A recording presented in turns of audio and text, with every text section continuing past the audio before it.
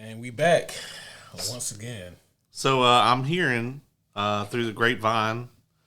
I know a grapevine who knows a grapevine, and I'm hearing that they're looking to cast the villain for Spider-Man 4, and they're looking for specifically females age 30 to 50. That's No, an interesting gap. yeah, that got me thinking. Black Cat. A 50-year-old black cat is. Well, yeah, but they could do like a middle-aged Black Cat. They can. Or Silver Sable. Silver Sable makes more sense. Yeah, that makes more sense. Yeah, if I were Marvel, I'd probably avoid using Black Cat because she's one of them. I like Black Cat, but she's one of the most blatant ripoffs. Of Catwoman, yeah. Straight up. Yeah. And it's going to be hard for people not to make those kind of comparisons, even more than they already do. You can always put Black Cat in the movie, but I think as the main villain, that's a tall order. It is. And also, do we know that this is supposed to be the main villain, they said? A villain. Okay. So not necessarily the main villain. So it could be a secondary villain. Yeah. Silver Sable, I think, makes more sense. She's always deemed to be a little bit more astute and mature, right, than Peter, and definitely more stoic and more or less bullshit than Peter, Right. So I can definitely see Silver Sable, and also she's never been in a movie before. Right. Yeah. Has Black Cat? No. I feel like Felicia Hardy may have cameoed in one of the Spider-Man movies. That's like a wink and a nod. Yeah. But I don't think anything serious. No. But, regardless of all that, Marvel, if you guys really need someone to pull off the role, I think I am free whenever you guys are filming. So, to play Silver Sable? I mean, if they need me to. I think you got a better chance than T'Challa. You see, you didn't have to go there. And you didn't have to say that. You really just could have let that slide completely, but, Who would you like to see as Silver Sable? Ooh. Oh, man. My brain was just like they could get Jennifer Lawrence. Oh, no. Nope. Oh, no. Don't do it. No. Please, no. Don't do it. Yeah. I don't know, man. That's going to be tough. How would you feel about I was going to say, how about Halle Berry? But she's already been Storm, and that's what people know her for. Yeah. Yeah, I agree. Part of me, actually, I don't like her in other things, typically. And I could see maybe that they wouldn't use her in this kind of role, but they haven't strayed away from using DC actors before. I don't think Gal Gadot would be terrible. Interesting. I can see that. Yeah. I can see Gal as that. And I actually don't really care for her, at all, but... Yeah, I think she'd do a good job in this role. They would have to temper her lines, which they can do that for Silver Sable because she's always even keel. Yeah. Like nothing too extreme on the emotional spectrum. Keep it. She's not a good actress, man. She's just not. No, she's not. And I feel like Disney is probably going to stay away from her after Snow White tanks. Yeah. Horribly. Yeah. The lowest rated Disney movie on IMDb right now. I mean, the homie Dylan went to go see it, and he said that the hate from the internet is slightly overblown. He used the phrase, "It wasn't horrible," but that I feel like that that bar is in hell. Yeah, I'm pretty sure that he said that about Batman Ninja 2. Yeah, yeah. I mean, listen, it's Snow White. I didn't care for Snow White when I was a kid. I wasn't gonna go see this regardless. I had no stake in the game for this movie. However, it is fascinating that apparently For whatever reason, the internet is not having it with this movie. There's a lot of things like to do with it, and not all of them are the movie's fault. Ironically enough, you have the actual co-star or the actual star that's playing Snow White. I can't remember her name right now. Rachel Ziegler. Yeah, she is. I actually quite like her, but she's a very like far left activist type person, and she said a bunch of shit about Israel while they were working on the movie. And as you know, Gal Gadot is in fact Israeli, and that feels like an oversight. It is a little bit. And, well, I mean, she's cast as the villain, so, Well. But, so, I feel like there's a lot of, like, political aspects to that. And when you've got two, co-stars that are kind of opposed like that, and, like, the actual actress playing Snow White is very outspoken. Then you also have the aspect of the dwarf stuff. It's problematic. It's wildly problematic. Yeah. And I think originally they were just going to do... They originally weren't going to put them in the movie. They were just going to just change it entirely to be like Snow White and the 7 Bums. Bikers or whatever, and then people got mad about that. And so then they were like, well, we'll ask the little people community what they want us to do. And I don't know why they didn't just do like The Hobbit and just put the dwarves in. Well, they did. Yeah. Yeah, I'm just saying, it feels like I feel like that's something that you can do tastefully. And honestly, I feel like if they had just done that from jump, there wouldn't be all this like hoopla about it. Yeah, the dwarf situation I remember was really interesting because it seems like there was it seems like they went out of their way to kind of try to smooth it all over. Like there's like coincidentally like 7 bandits in the movie. But then there's also 7 CGI abominations as well. Yeah. and I'm like, I feel that like one of these groups wasn't originally going to be in this movie. And then you guys feel the need to add the other. It's really, and I think on top of those two things that we just mentioned, I think it's also a bad film. And so it just has a lot of things going against it. Yeah. Disney's track record with me with the live action remakes is actually quite good. The only one that I've ever really just thought was awful was The Lion King. Oh, you thought it was awful? Oh, yeah, no. I think The Lion King is absolutely atrocious garbage. Really? Yeah. I would say it's dog shit, but I have too much respect for canines. No, you don't. I actually am not a dog person, so that bar is also in hell. Wow. Half the people just turn the shit off. They're like, "Oh, not a dog person." Yeah, yeah. But I don't. I don't like the Lion King remake at all. I think it's horrible. And it's crazy too, right? Because like that's like the like golden egg, That's like the Disney property. Yeah. Well, with Lion King, I feel like myself and pretty much everyone that has similar issues with that one, which is you can't animate that style of lion and make them seem expressive. It's just this weird kind of uncanny valley type effect that they end up coming off with. I don't know. It just doesn't quite gel. There was no need to make a live action of a movie that didn't have any fucking people in it to begin with. Or real animals.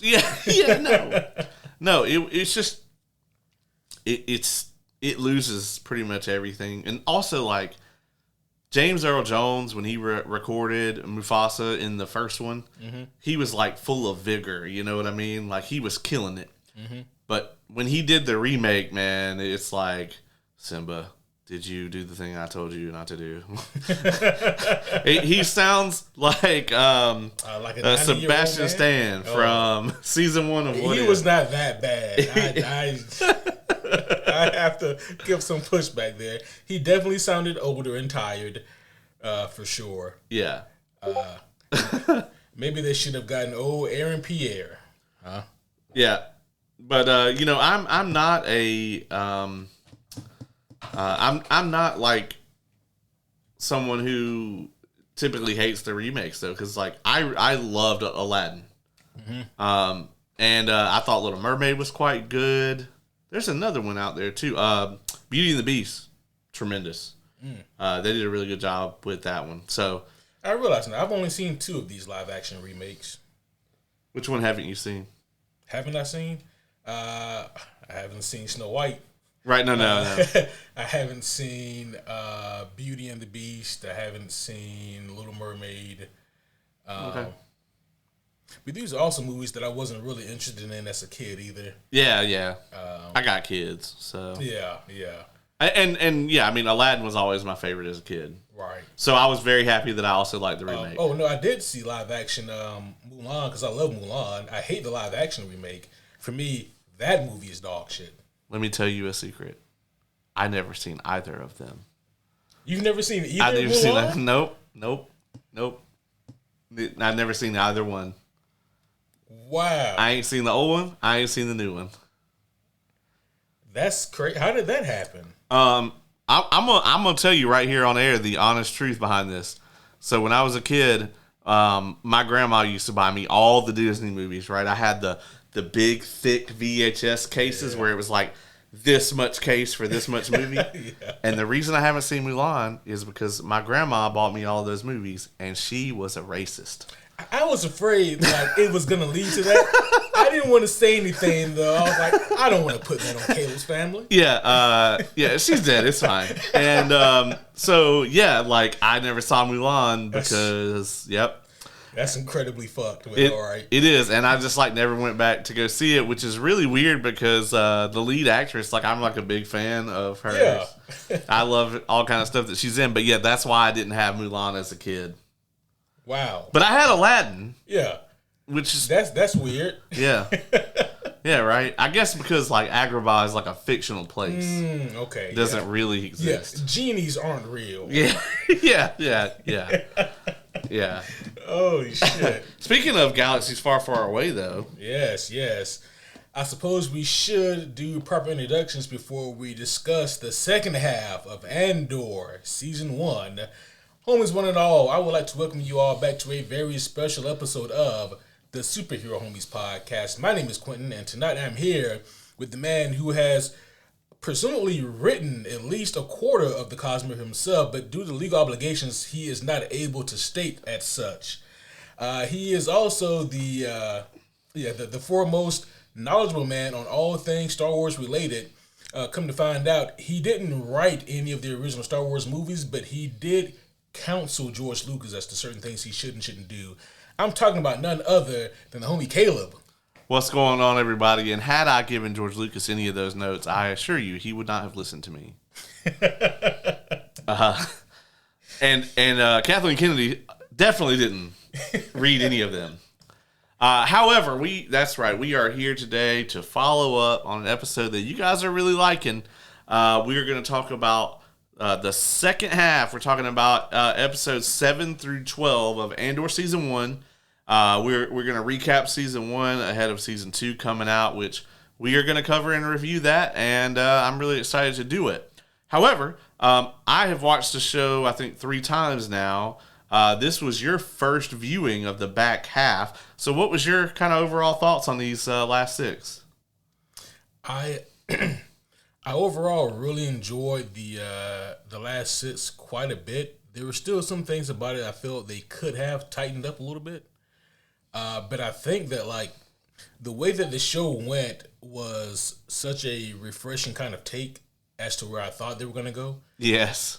I thought for sure after episode 6 they were going to go the whole route of him being the disgruntled lone wolf who's pulled back in to help the the fragmented crew one last time to get out of trouble and going to be the reluctant hero. Like, that's kind of what I thought they were going to do. Me too. Yeah, and I'm so glad they didn't do that. Yeah. No, and you know, instead, not to jump ahead here, but you know, obviously, if you guys have seen the show, you know that instead, this motherfucker commits the heist of the century and then goes to jail for jaywalking.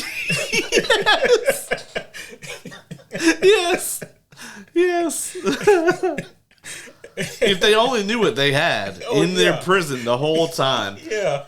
While the ISB is frantically spending damn near the amount of money he stole, probably trying to find him. And I'm like, this is ridiculous. I love this. I don't know what kind of luck Cassian has, but I don't think I want it, you know? Yeah, no. I mean, I guess the ISB can't find you if you're already in Imperial prison and they don't know. Yeah. But no, I thought that the back half of the season was really good. For me, like, maybe the number one thing for me that this show has going for it is they are able to continuously move the plot into different areas, you know. So it starts off as kind of like this refugee type story that, honestly, the way it starts off, you think he's going to go looking for his sister. Yeah.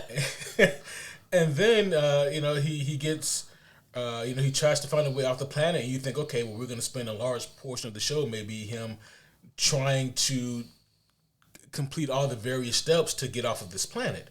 And then it goes from that to him helping these, you know, this ragtag group of rebels to pull off this extreme heist. And then from there, it keeps pivoting and pivoting and pivoting. Full spoilers, by the way, for pretty much everything Star Wars. Absolutely full spoilers. If you guys didn't know that yet, my bad. Everything I said was a lie. Yeah. But the way that the show keeps pivoting, but also is able to keep the pivots fresh, and then like in the backdrop to continue to have like these underlying themes or like B plots continuing to kind of build up and develop, I thought it was also really cool. Yeah. Again, like the only thing I would say I would change, like that's maybe could be considered a big thing, is really nothing with the story. I think that some of this still could have been tightened up a little bit. In the grand scheme of it, I don't know if it still needed 12 50-minute episodes. They do a lot of lingering at times, and I get it. You want to let the story breathe, and you want to let these characters have these moments, but at the same time, I feel like, you know, we can move this thing along. And it's such an interesting dichotomy because even like when the individual episodic pace is not that great, the story is still moving at a pretty brisk pace. So it's interesting how that works. They become very good in the back half of having the various plots in the show be at different points. Mm-hmm. So, like, Mon Mothma might be in a boring banking meeting, right, but fucking Cassian is over here breaking out of fucking jail. Yeah. You know? So, by the end of the show, they actually do a really good job of juggling that. Where, like, okay, this plot is on the way up. Mm-hmm. This plot is, like, petering off. And then this plot is like, a crescendo. Yep. And they kind of do a really good balancing act of that stuff. So obviously we already talked about a lot of the major players in the first half. So I wanna do a little bit more and kind of talk about them again. I actually want to start this back half talking about Mon Mothma, because I think that out of all the plots, she probably, to me, has one of the most interesting plots, but it also has the least like action, right? Like her plot is almost always people talking in the room. She's a senator. That's what she does. Yeah. But what do you think about her in this back half? Yeah. Political intrigue is always going to be something that's going to be hit or miss with me. And sometimes it really even depends on like the kind of political intrigue and just whether or not I'm in the mood for political intrigue. Right. But I thought that what she had to do was actually quite interesting, and it's one of those things where it's so good that I became invested in that character because in other situations, if I'm not, I would just insert myself in that character's position. I'm like, I don't have to pay you. I just have to let your kid marry my daughter. This is fucking easy. And things of that nature. But seeing how she was going to kind of get around some of these issues that she had, when like you can tell that she feels the walls are closing in on her. That, and her husband is a degenerate gambler, and that's not helping matters. She's got problems. Pretty much everything is spinning out of control for her. You have the money situation, and you can tell the thing is, she is one of these people where it's almost a Walter White situation, right? Yep. Where she's really good at this thing. She's very, very good at being a senator and like fighting for what might be left of the Republic, right? And she's, I think, really good at that. However, while she's devoting her entire life to that and like not getting caught funding the rebellion and all this other shit, everything else in her life is just closing in around her. You can tell her husband is just like, you're no fun, He's like dying to fucking get away from her. Her daughter doesn't give a shit about her. You can tell they don't have a close relationship. Yeah. You can tell her daughter's like, mom's no fun. She definitely has a better relationship with the dad. We come to find out that her cousin is in town, and it's Vel. And so she's completely lost her cousin to this cause. She probably is the one that originally connected Vel to Luthen. Yeah. And Luthen has basically, in Mon Mothma's mind, he's basically made her into a cultist for the most part. She's full tilt into this thing. And I actually really love the conversations between the two of them where you can see that Vel is just like, it's time for you to get off the bench. Yeah. This whole like 1 foot in, 1 foot out thing, it's not, we're past that, So it's two different viewpoints. So I really enjoy that about Mon Mothma. I think she's such a complex character. Yeah. And, not to jump around, but man, just the way that this season wraps, first of all, I was like, oh, that's where we're ending, huh? But also it was like so many of these characters' plot threads are still up in the air. I actually don't like the ending. Obviously, Luthen's not going to kill him. Yeah. What if he did? That would be a mind fuck. But he's alive later in the timeline. I know. But yeah, Luthen, is very much like, I hate the way that this season ends, because while, yes, but if you've seen Rogue One or whatever, Cassian lives, but like, to me, that takes away from like this show standing on its own 2 feet, where it's just like, what it feels like is the rebellion is a train, and this whole season we're laying tracks for the train, and it's just like we put the last piece of track down, credits, Yeah. And I dislike that it ends that way. I especially hated it the first time that I watched it. I think for me, the thing that I disliked about it, it wasn't so much like the prologue effect. It was, for me, something that you alluded to just a minute ago. Like, I know Cassian's not going to die. Like, yeah, like the stakes don't feel as high as it could. Yeah. I mean, you take this scenario and you put it in like any other show, and you can still surmise that, okay, the lead character is probably going to live, but it still feels like the stakes are there. Like, there's something here at risk. As far as this goes, I'm just really wondering, okay, what's Cassian's plan? Yeah. But it was an interesting turn of events. I just didn't expect them to end there. Yeah. Yeah, early on when, we're talking about episode 3 when they first meet, and I'm like, yeah, they don't really have a whole lot of screen time together. Yeah. That's it. Like, they don't have any more screen time until that little exchange at the end. They're never in the same room again until that moment. That's crazy. Yeah. It's like how, this is a wild reference, but watching like Dragon Ball Abridged and Vegeta is talking shit to Piccolo, and he's like, you don't want to do this to make you remember the last time we fought, and Piccolo's like, we've actually never fought, and Vegeta's like, really? Yep. Yeah. Yeah. It is crazy to think that they don't have that much screen time together, Cassian and Luthen. They don't? Yeah. I got a feeling that's probably going to be rectified in season 2. Yeah, I agree. There were moments where I thought maybe they're going to pull like a wild card in season 1 and kill Luthen by the end of it. Because also the walls are closing in on him too. Yeah, we got to talk. Let's go ahead and talk about Luthen. I love this character. He's one of my favorite Star Wars characters. What were your thoughts on Luthen in the back half? Yeah, so more about him is revealed in this back half.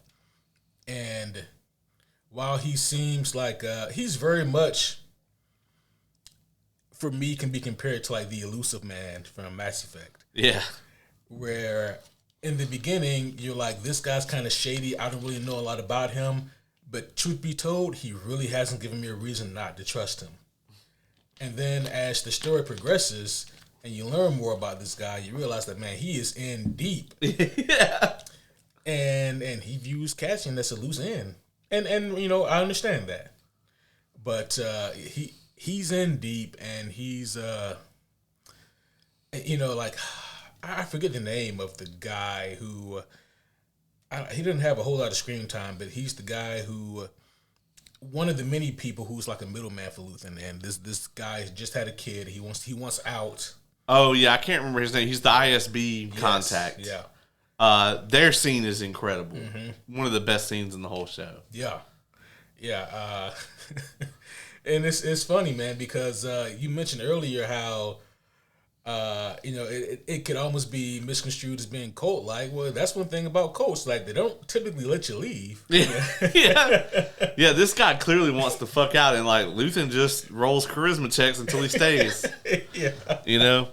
Yeah, Luthen to me is very much like Cecil from Invincible. You can be a good guy, or you can be the guy that saves the galaxy. Yeah. But you can't be both. Can't be both, yeah. And if you ever could be both, Luthen ain't interested in being both. No, absolutely not. And he has such an interesting front as well. Like I remember when we discussed, the first part of this season, and he's got the storefront, and he uses that along with his like extreme knowledge of historical artifacts and whatnot to peddle those trinkets or whatnot. And like it's such a brilliant front. But man, as this season goes on, just the more you learn about this guy, it makes him so much more intriguing. But then you just kind of wonder, when's the other shoe gonna drop with this guy? Like, what is he really all about? I think he definitely dies in season 2. My best guess would be that Daedra is gonna be the one that ends up killing him. If it's not her, it's probably going to be Krennic. Which one is Krennic? Krennic is the main bad guy from Rogue One. Oh, okay. He's going to be in season 2. Okay. The reason that Daedra makes more sense to me as a storyteller is because the ISB agent, his guy on the inside of the ISB, he warns him about her. Mm-hmm. So to me, if she's the one that ends up getting him, that would be full circle. Yeah. From a foreshadowing point of view. But also, we know that like going into Rogue One, which season 2 is going to take us right into that, going into Rogue One, like Krennic is kind of like the big bad, against the rebellion at this point. They haven't quite sent Vader after them yet. Yeah. And shit's real bad when they send big Van Vader after you. Yeah. It's Vader time. Yeah. Not to, jump ahead to like season 2 predictions, but do we know how many episodes season 2 is going to 12. have? 12. Okay, another 12. Yeah, another 12. And I don't think it's going to have the kind of early pacing issues that this one had. I don't think so. I don't see how. It looks absolutely bonkers from what I have seen about it. Yeah. I mean, yeah, it's got to be balls to the walls just by the way that this thing, because like it's almost a bottlenecking itself now. You know, we have storylines beginning to intertwine more, and things are starting to bleed through. Well, you know, it's like I was watching Rogue One and earlier today, just because I haven't seen it in a while, and it's like heavily tied to this material. And within the first 5 minutes of the movie, you have fucking tubes. You see tubes in like Saw Gerrera's camp, and then in the next scene, Mon Mothma, Cassian Andor, and Senator Organa, Leia's dad, are all in the same room together. You know, so you're like, well, clearly we're going to converge. Yeah, have to. You know, a lot of these plot lines are going to start to come together. Yeah. So, how do you thread the needle with something like Andor? Because you have to give a satisfying conclusion, but this is technically just a big prologue to Rogue One in some regards, you know? Yeah.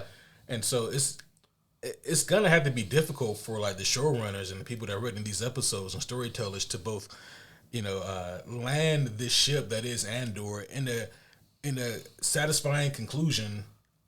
But there's only so much you can do because this has to flow smoothly into Rogue One. Yeah, I think honestly, as far as like the bad people dying, right, or whatever, I think Daedra's got it coming. I think Luthen's contacted the ISB. Is probably going to be tortured to death. He probably got a bad time coming. Yeah, I think so. Nobody's ever that panicked and then like decides to, you know what, I'll stick it out, and then it never turns out good. And what do we always talk about? He's got a new kid. Yeah, yep, exactly. It's never good. If you're a fictional character and you have a kid out of the blue, it's never good for you. You know, something's bad can happen to you. You know. Yeah, you're done. Yeah, you're done. So it's a bad omen. Yeah, man, I think Luthen definitely doesn't make it out. I mean, obviously, because if he was around during the Rogue One, he would have been all over that. Absolutely. Interesting thing, the Galaxy Heroes game that I play, they added Luthen to it not too long ago. Okay. And he actually has they do an interesting play on his character. So you can put him in either Saw Gerrera's team or Mon Mothma's team. And if he's in Mon Mothma's team, he has a set of curator abilities. And if he's in Saw's team, he has Axis abilities, which is very cool. I thought that way they played off the show. Yeah. What you think about Saw Gerrera here? Yeah, he seems like he knows what he's about. Yeah. But he's super intense. You know? I mean, Forrest Whitaker is just perfect for this character. Oh yeah, and I love just the scenes of, you know, Stellan Skarsgård and Forrest Whitaker just going back and forth. Just tremendous character work for both of them. It really is.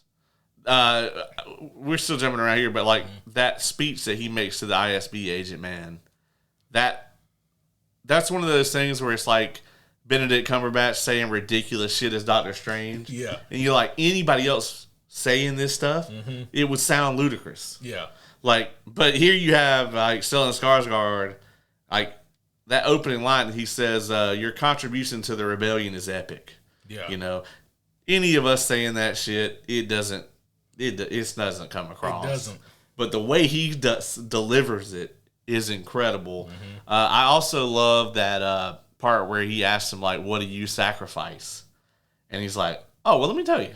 Yeah. And he goes on that long monologue. And I like the line that he's talking about his life and how he's had to basically distance himself from anything that he would remotely like or enjoy or any people that he would want. Like everything that could bring him any sort of happiness is all muted. He says it's a sunless space. And like whoever wrote that shit, I need them to write more Star Wars. Yeah. Yeah. That was good. Yeah. I like that. Yeah, that kind of gave us a glimpse into like the kind of like not the grief, but like I guess kind of the heaviness or the pain that he carries. Yeah. Because he keeps a lot of that just kind of buried. You don't really see that. You just see the focus. I hope we kind of learn like what the Empire really did to him. Right. Another overarching theme that we have here. I love the way that they present the Empire, because as so many rebellions are, right? Like,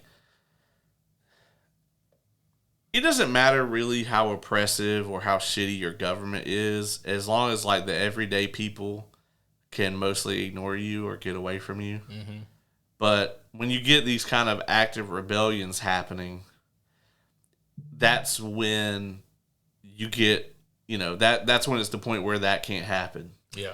And it's like at the beginning of this show, the Empire was like right there, Nobody cares if they want to kill some Wookiees or, like, oh, well, we caught this ship with cargo we don't like and we're going to take all their stuff or whatever, we're going to rough up the locals a little bit here and there. But after, it's like they're right on the edge of it. And then after Aldhani, they push them past that point. And now it's like there is nowhere to go where you are not under their thumb. And that really was just like the breaking point, man. Yeah. I mean that was the point that the Empire was like, all right, you know what?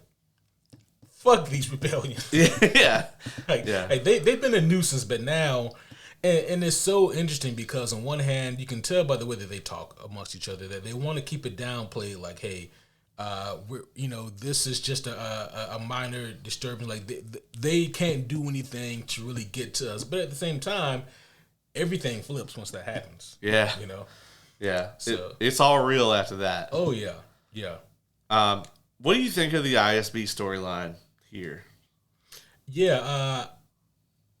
So this isn't. I guess technically it does fall in line with like political intrigue, but man, this is kind of like the shitty trying to fuck over the shitty. Yeah.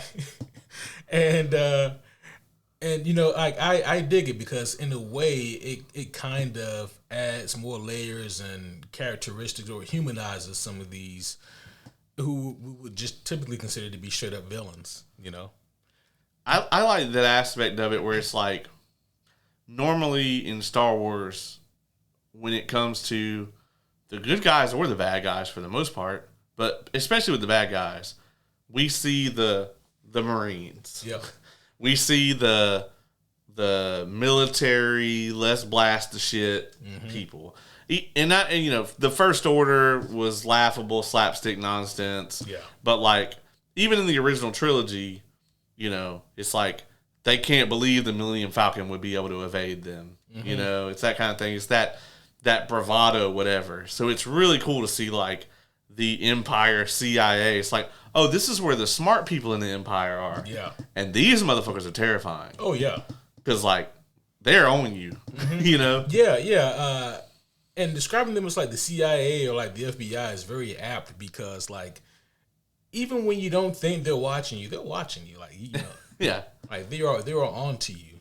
Absolutely. They got people everywhere. Yeah. And they got hoes in different area codes. Yeah. And then they got people watching those hoes. And their hoes. And yeah, it's a lot. Cartagaz, which is the guy who was Qyburn in Game of Thrones. I thought so, yeah. Yeah, man. He is terrifying. Like, yeah. He's just perfect for this character. Yeah. He really is the perfect fit for that kind of role, Yeah. Because it's like you can just tell he's so amused by it, Daedra Miro. Yeah. What you think about her, man? I think the best thing I can say about her is that I don't hate her as much as I feel I should. Yeah, correct. I feel the exact same way about her. Yeah. Yeah, dog. On one hand, I love to see her work and to put the pieces together. and to out Syril, you know. Oh my God. Which that's a whole nother thing. Yeah, that's another thing. But then it's like the actress. I don't know who the actress is. I don't know her name, but she does so good. She's perfect. Yeah, as this character. Yes. Dare I say she does too good. Yeah. You know. Yeah, I wouldn't go up to her table at a con or anything. I mean, even her facial expressions, like if she's dealing with like a common folk, right? It's just like the look on her face is like someone stuck a finger up their ass and then wiped it across your lip.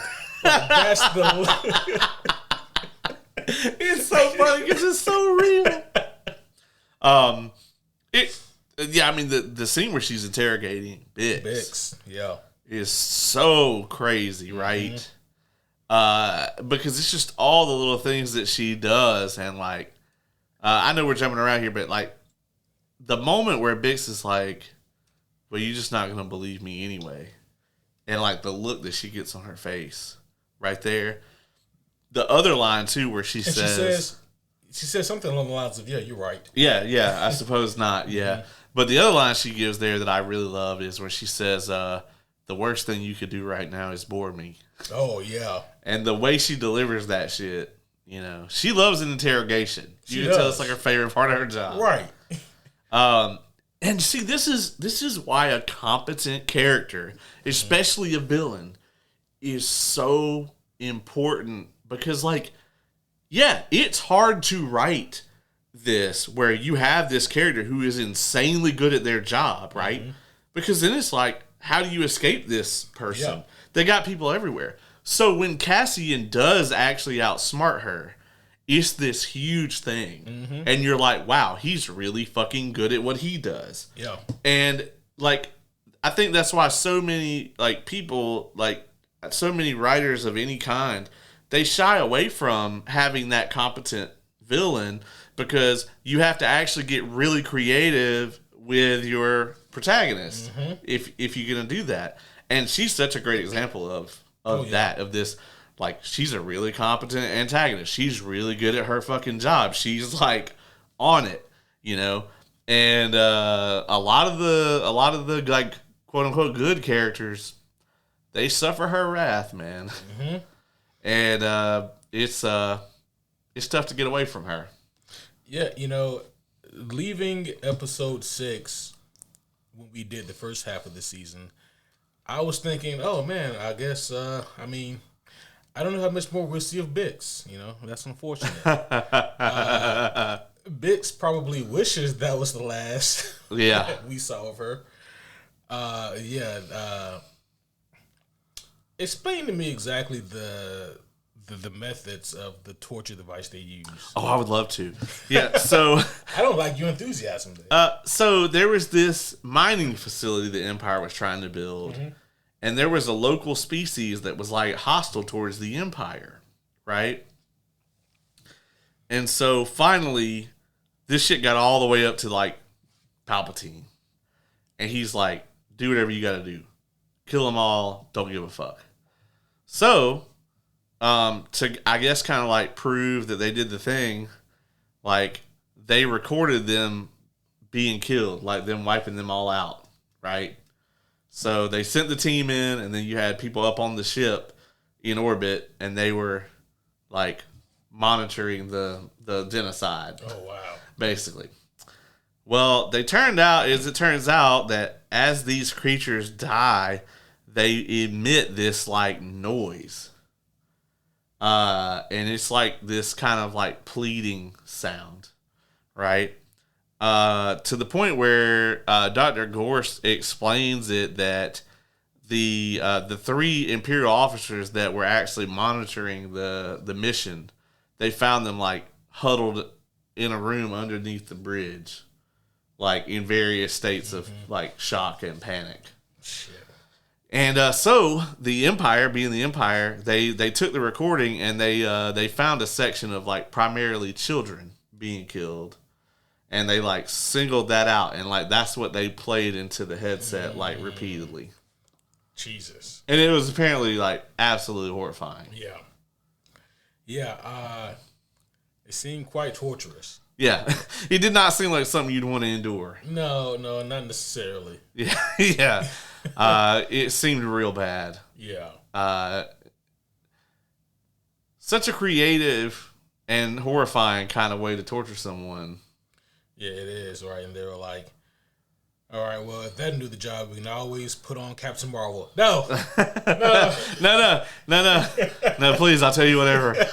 Cassian Andor's at these coordinates, you can find him there. You can find him exactly here. Y'all know you the motherfuckers got him in your own prison already, right? We wouldn't know that. Speaking of which, let's go there. Yeah, so Cassian takes his Aldani money and he just goes to the beach. Hey, as one would. And he thinks he's going to have a beach episode. Yeah. I'm not really sure how long he was there, but it didn't seem like more than a couple weeks. Yeah, it's unclear.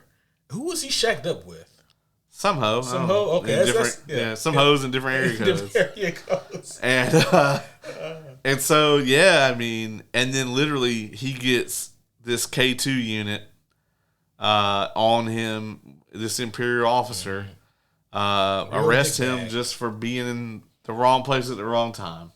Yeah. Hilarious. Yeah. It's so hilariously ironic, right? I'm sure you've heard the expression, when you're committing a felony, never commit a misdemeanor. Yeah. It'd be like if you rob a bank and then you would get away scot-free, but you get a speeding ticket on the way when you're leaving. Yeah. It's like, well, this is a shitty way to get caught. Yeah. This is almost what happens to Cassian, except he didn't even commit a misdemeanor. Yeah, he didn't do anything. Yeah. I was like, now you're not supposed to be black. Yeah. You was in the wrong place. What are you doing in these here parts?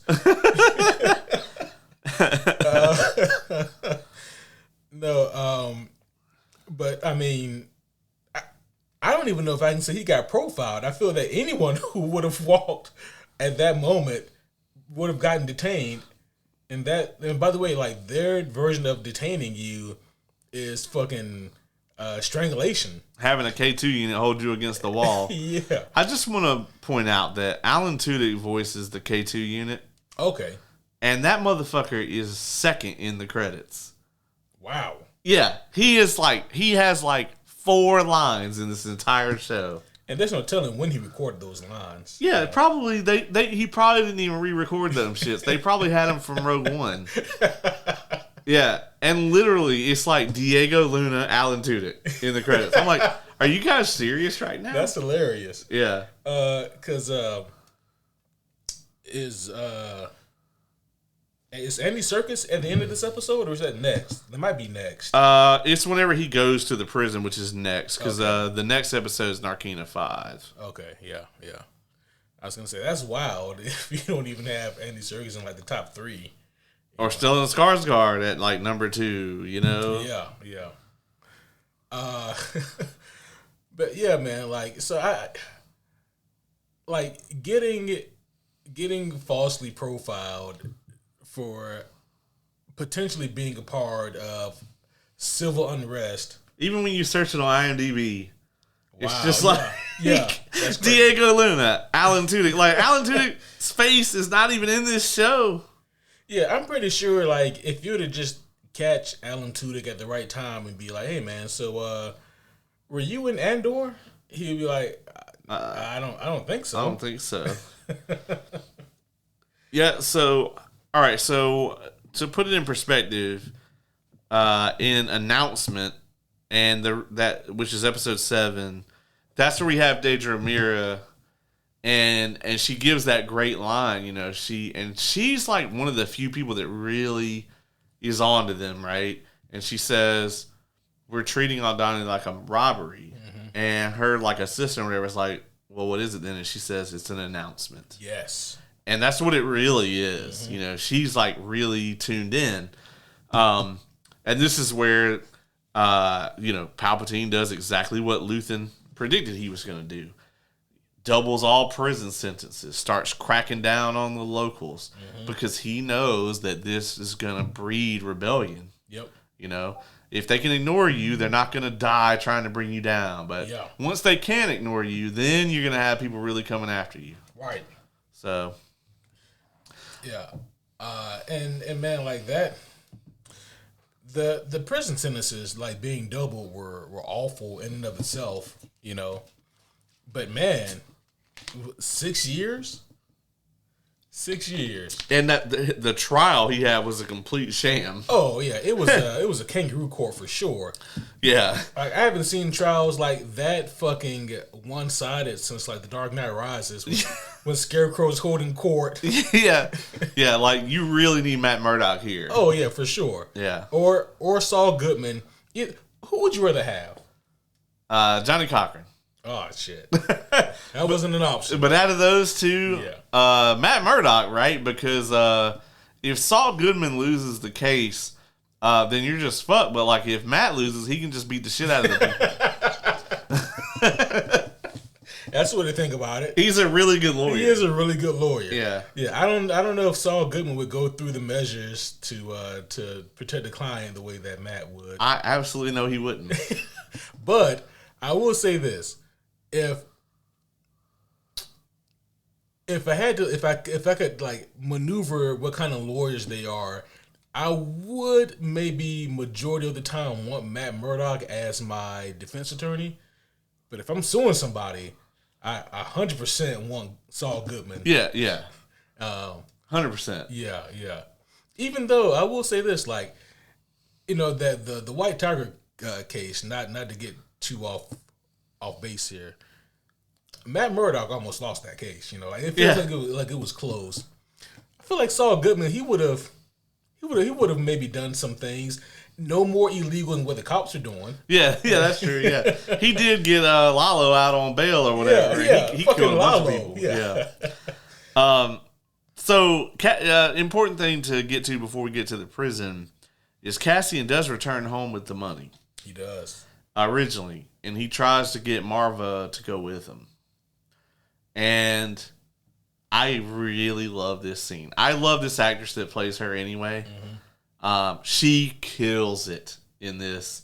Her speech at the end is my favorite scene in the whole thing. And one of my favorite Star Wars moments, I think. But I love this conversation between the two of them because he gets back home and he's like, "Look, I got all this money. We can get us out of here. You know, whatever. You know, we can go live peacefully, you know, having whatever we want." And she's just like, "No, I'm staying." And he's like, "What?" And she's like, "Those people that knocked off that Imperial garrison." Mm-hmm. She's like, if they can do that and stand up to the Empire, I can at least stay here and stare them down in the street or whatever. Yeah. And he's just like, motherfucker. Yeah. He's like, "Look, I'm sure that was just a robbery. I'm sure it didn't have nothing to do with all that." And Luthen's plan is working. It is. You know?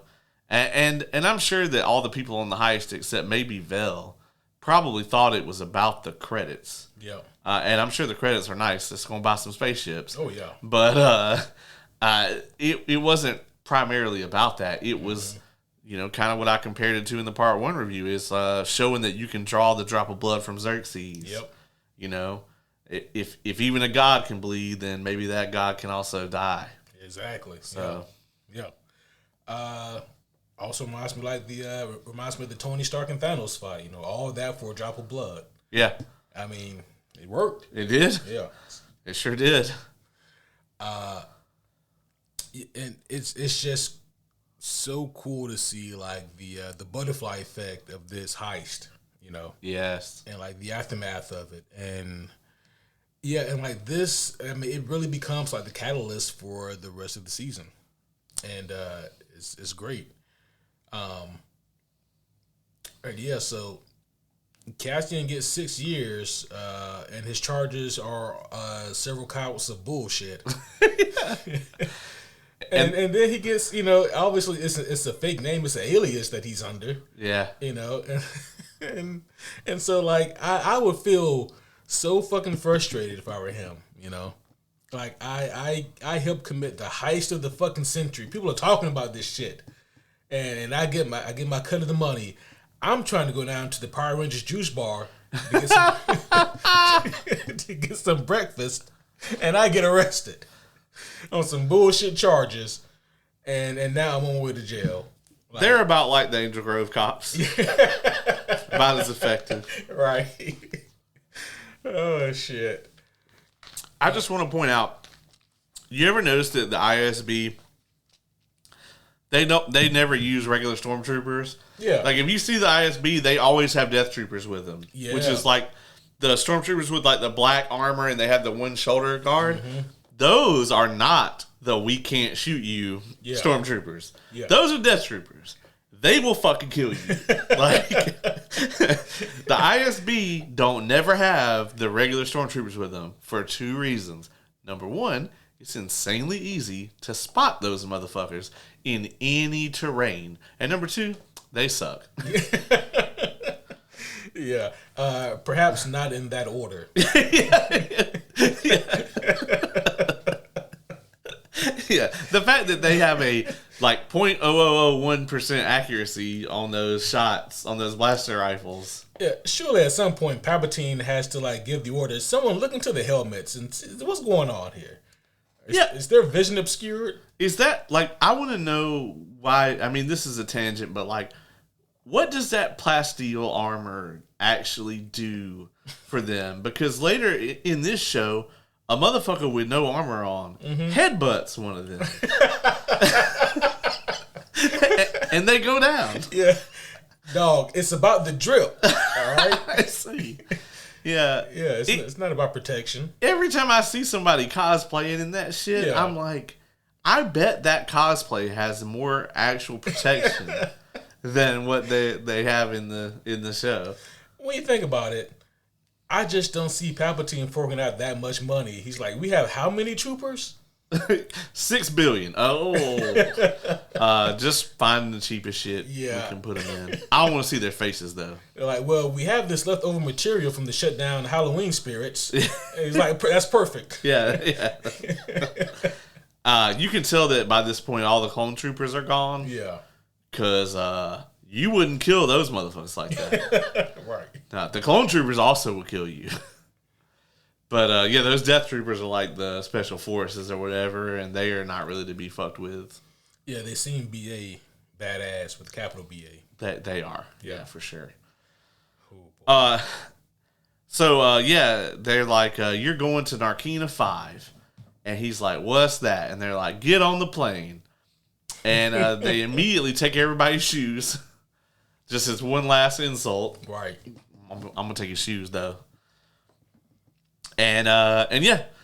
So they pull up on, it's not the worst prison I've ever seen, but it's definitely not one you want to be in. I can't think of too many that I would want to be in. Right, no. But, so the whole idea with this prison is that everyone except for the guards is barefoot. And to keep you in line, every single floor in the entire place is electrified, and all they got to do is turn that floor on.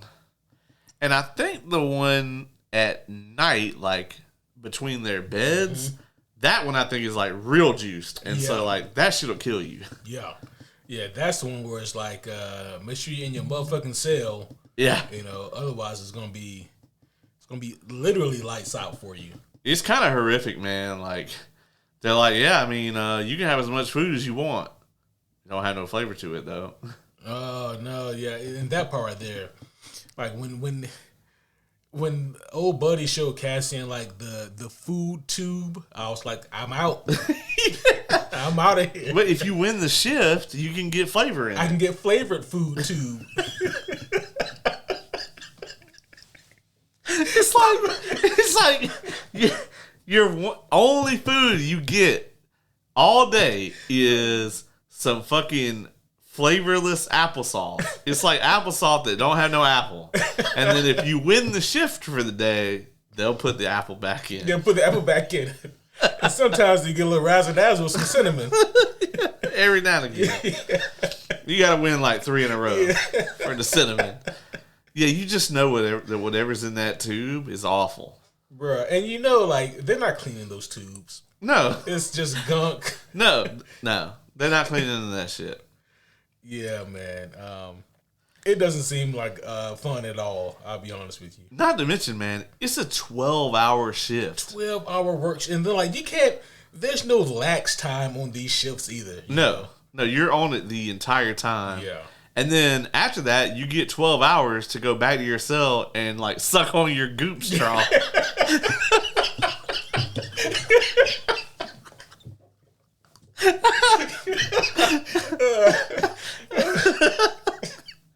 And there's like nothing else. Nothing else to do. They don't got no commissary. They don't have no little TVs or nothing, no little radios. They ain't got shit, bro. They ain't got no playing cards. Nothing. I'm like, this prison fucking sucks. Yeah, man. And no weight rooms. They got nothing. I mean, after a 12-hour shift, who wants to lift weights anyway? Yeah, I don't know what they were actually building in this prison, but whatever it is, the Empire needs a fuck ton of them. Yeah, come to find out, it's just like a random cog that goes into probably a Star Destroyer. Yeah. Because you always wonder, like, how the fuck does the Empire get that many Star Destroyers? This is how. Yeah. Like, that's probably, like, part of 1,342,000, and they just got a different prison making each part. Bro, I'll be honest, man. When they first took Cassian down to his floor, and, we first meet Andy Serkis. Kino Loy. Yeah. When we first see Kino, and, he's introducing both Cassian and us as the audience as to what this operation is. I was like, I'm out, dog. Yeah. I'm out. Y'all might as well go ahead and beat my ass now because, like, if they put me on your table, on your team, we are going to lose. Yeah, 100%. I don't know what the fuck is going on. Yeah, 100%. Yeah, Andy Serkis, actually, I really love this role for him. Mm-hmm. He does such a good job, and, like, a lot of people have maligned the idea that Disney bought Star Wars. They're just like, wish it hadn't happened. I've never, even like for the 6 weeks after Last Jedi came out, like probably the worst time of my life. I've never felt that way, mainly because things like this never would have got made under George Lucas. That's true. We would never get, with all due respect to George Lucas, he's the one who created this giant sandbox in the first place. Oh, yeah, the OG, yeah. But things were very much black and white from his original, viewpoint of it. And, like, the inner workings and things of that nature, I agree. I don't think he had, not that he couldn't, I don't think he had very much interest in exploring these type stories. Yeah, no, the Empire are the bad guys. Yep. Let's go. And the Rebellion are the good guys. Yeah. Let's go. And the thing about Rogue One, and I'm sure season 2 will be in that same kind of vein, it's like, were the rebels the good guys, or were they just not the Empire in a lot of cases? That part, right? And that's a question that, like, has never particularly been asked under George Lucas. And by the way, I'm not saying that, like, I'm not going to completely say that, yeah, man, it's a good thing that, because it's just complicated, man. Because I'm not going to sit here and pretend that we haven't gotten a lot of shitty Star Wars from Disney. Oh, right, yeah. But we also got a ton of things that wouldn't have gotten made. Yeah. We wouldn't have got Ahsoka. We wouldn't have got Mando. And the thing about Mandalorian is Mandalorian very much is kind of the vision that George Lucas had for what Star Wars TV should have been years and years and years ago. As a matter of fact, when he made Phantom Menace, he was trying in 1999 to do what they're actually doing with, like, 2020 technology. Yeah. With the volume, he had that in mind, something like that in mind. Yeah, he wanted a scenario where you could essentially place your physical set into a CG environment and have it all seamlessly mesh. Phantom Menace is kind of like if you try to do that with, like, a Sega Genesis. And that's why it still looks terrible. Yeah, Oh, that makes sense. Is there a reason why we didn't really get a whole lot of live action Star Wars TV shows under? Well, we didn't get any other than the holiday special. Yeah, well, so we didn't get any. yeah. Yeah, I mean, that's actually... Star Wars television was talked about for a long time. Like, George Lucas, I think at one point was even in talks with Fox because, you know, they did all the Star Wars stuff back then. Was in talks with Fox to have like an hour Star Wars show. I think they were going to put it on like USA or something like that. And every time it came up, it just kind of fell through. And I think that was one of the things that contributed to the sale. You know, they did a lot of things that were like prototypes back then, because if you remember the original like anime style Clone Wars was like the 5-minute shorts. I think they used to be on Cartoon Network. And some of those were amazing. The Mace Windu episode especially is. I even remember watching that one. Doesn't he beat up like a bunch of super battle droids? Yeah. There's the one where he pulls all the screws out of it. Yeah. I love that kill. And like at one point, doesn't he lose his lightsaber and he's like, no big deal? Yeah, he loses it. There's this giant machine, and every time it like strikes the ground, it creates this giant shockwave. Yeah. And so like, yeah, there's a point where he like loses his lightsaber, and he's just like, man, I get it. And then he just starts beating these droids to death with his bare hands. And, yeah, but my favorite kill in all of Star Wars for all time, even though it's not canonical anymore, is where that super battle droid just, like, points his, like, laser at Mace Windu, and he just, like, pff, and he, like, just pulls all the screws out, and the battle droid just falls into a pile of parts. That's fucking great. Yeah, I love it. Yes. But, you know, that idea for that show became the very, like, really good lengthy Clone Wars show that we got. And even the Clone Wars show, when George Lucas set out to make it, he wanted to make like a Saturday morning cartoon type Star Wars show for kids. Yep. And then very quickly it became not that, and Dave Filoni was like, well, what if we told this really epic story of all these things? And you know, and then they had to spend the whole show keeping Grievous and Anakin apart. Yep. You know, like, kudos to the team for sticking with it, you know. Yeah, and not just creating that giant hole based on that one line of dialogue. Yeah, and that, you know, if you're a good enough bullshit artist, you can just explain it away, you know. Yeah, no, but they stuck to it. They did. So back to this, but we never would have got anything like this under George Lucas, especially this like kind of prison break scenario. We would have never gotten a goop tube feed. Nope, never would have got the goop tube. Never would have probably got the electrocuted floors. No. Around this same time, we actually get the meeting with Mon Mothma and Luthen. And she's like, what the fuck? Yeah. He's like, what's up? Yeah. And she's like, you know what the fuck is up. Yeah. Oh, shit, did something happen? Yeah, did something happen? What did you hear? This was great, right? And, you know, this, I think, is like when you really start to sense that there is a strain in their relationship. And especially since, you know, Mon Mothma, she can really sense, even at this point in the series, that the walls are going to start closing in on her. And this fucking heist of the century thing, you know, is only going to exacerbate matters. I think that the way that she's looking at it, right, is she still at this point, I think, in her mind, like subconsciously, she probably knows it's gone, but part of her still thinks, I can save the Republic. Yeah. Like, it's gone, baby girl. It's been gone. Yeah. And it's just like, no. This is going to be bloodshed. A lot of bloodshed if we're ever going to get out from under it.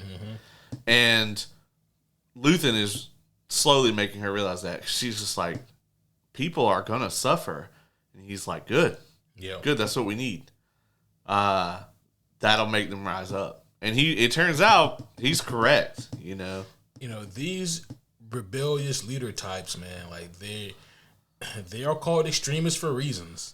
Yeah, Luthen does some fuck shit in these couple episodes. Oh yeah, you really get to see the other side of this character here, man, and he's like you said, like it makes you question: are they really the good guys, or are they just not the Empire? You know? Yeah, I mean, a lot of it in the Star Wars movies has to do with the fact that we see the rebellion kind of through the lens of like Leia.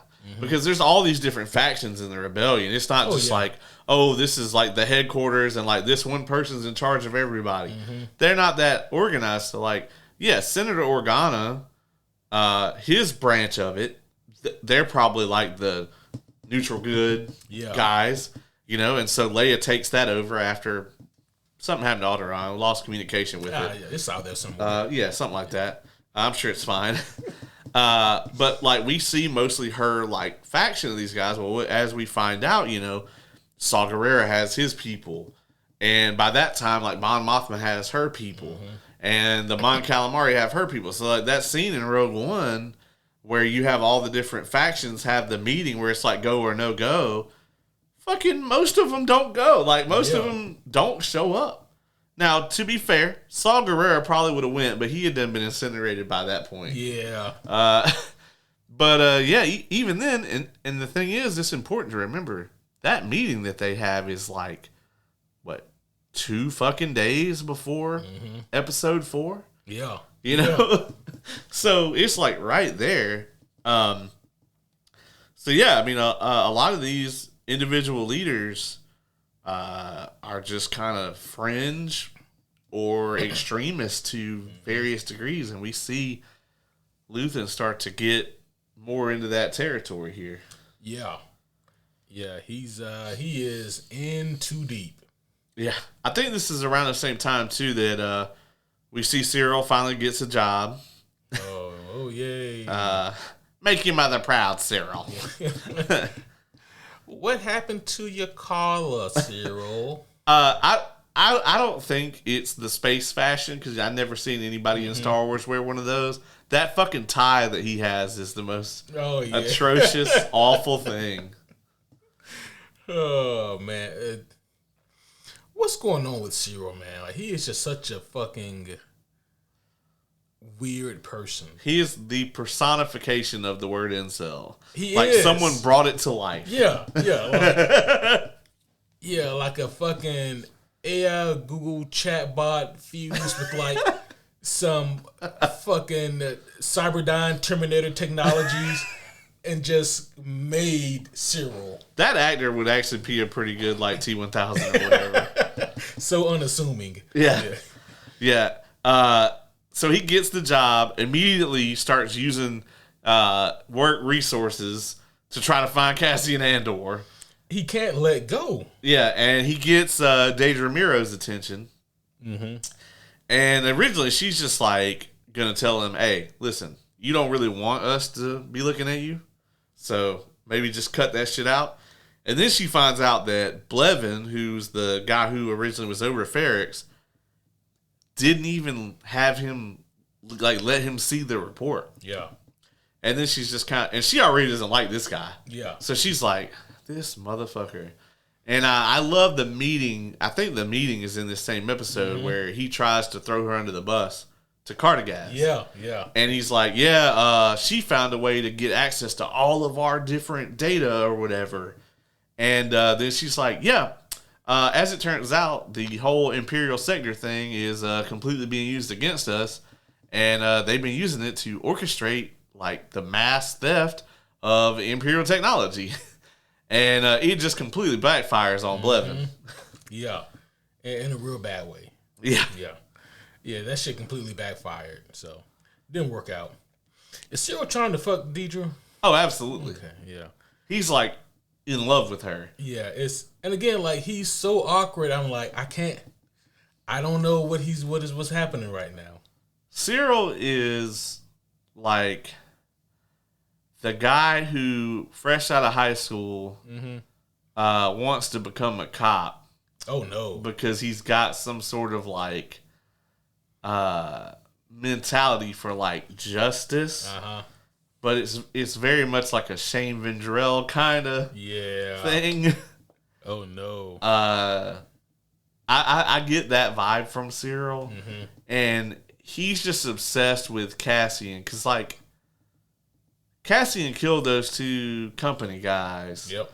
And he was completely in the right for it. Yeah. But in Cyril's mind, he's like, well, this guy's a murderer. We have to bring him in, you know? And, I mean, he just has, like, this weird love-hate boner for Cassian. And, like, he will not let go. He definitely got a strong touch of the tism. Oh, for sure. Yeah. A strong, like Krampus touched him with it. With that big ass hand. That big ass meaty hand. Yeah.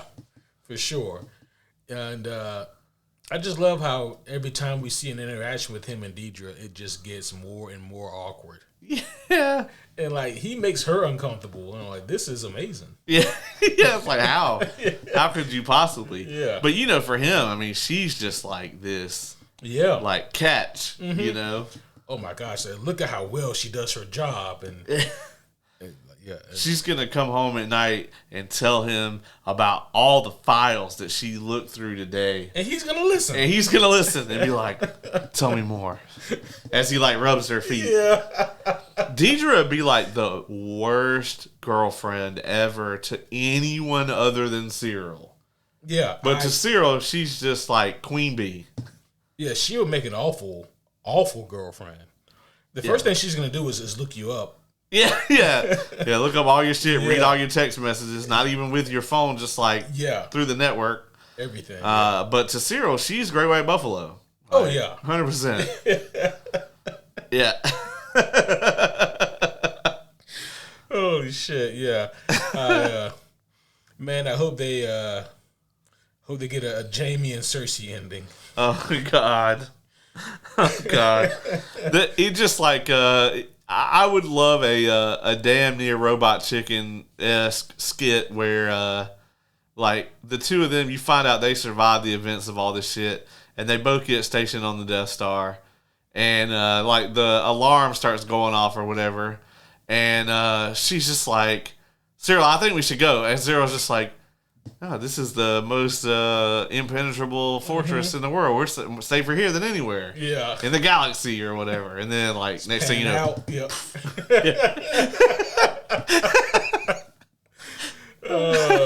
That'd make a great Robot Chicken skit. It would. And it'd be so apt, you know. Cyril's last fuck up.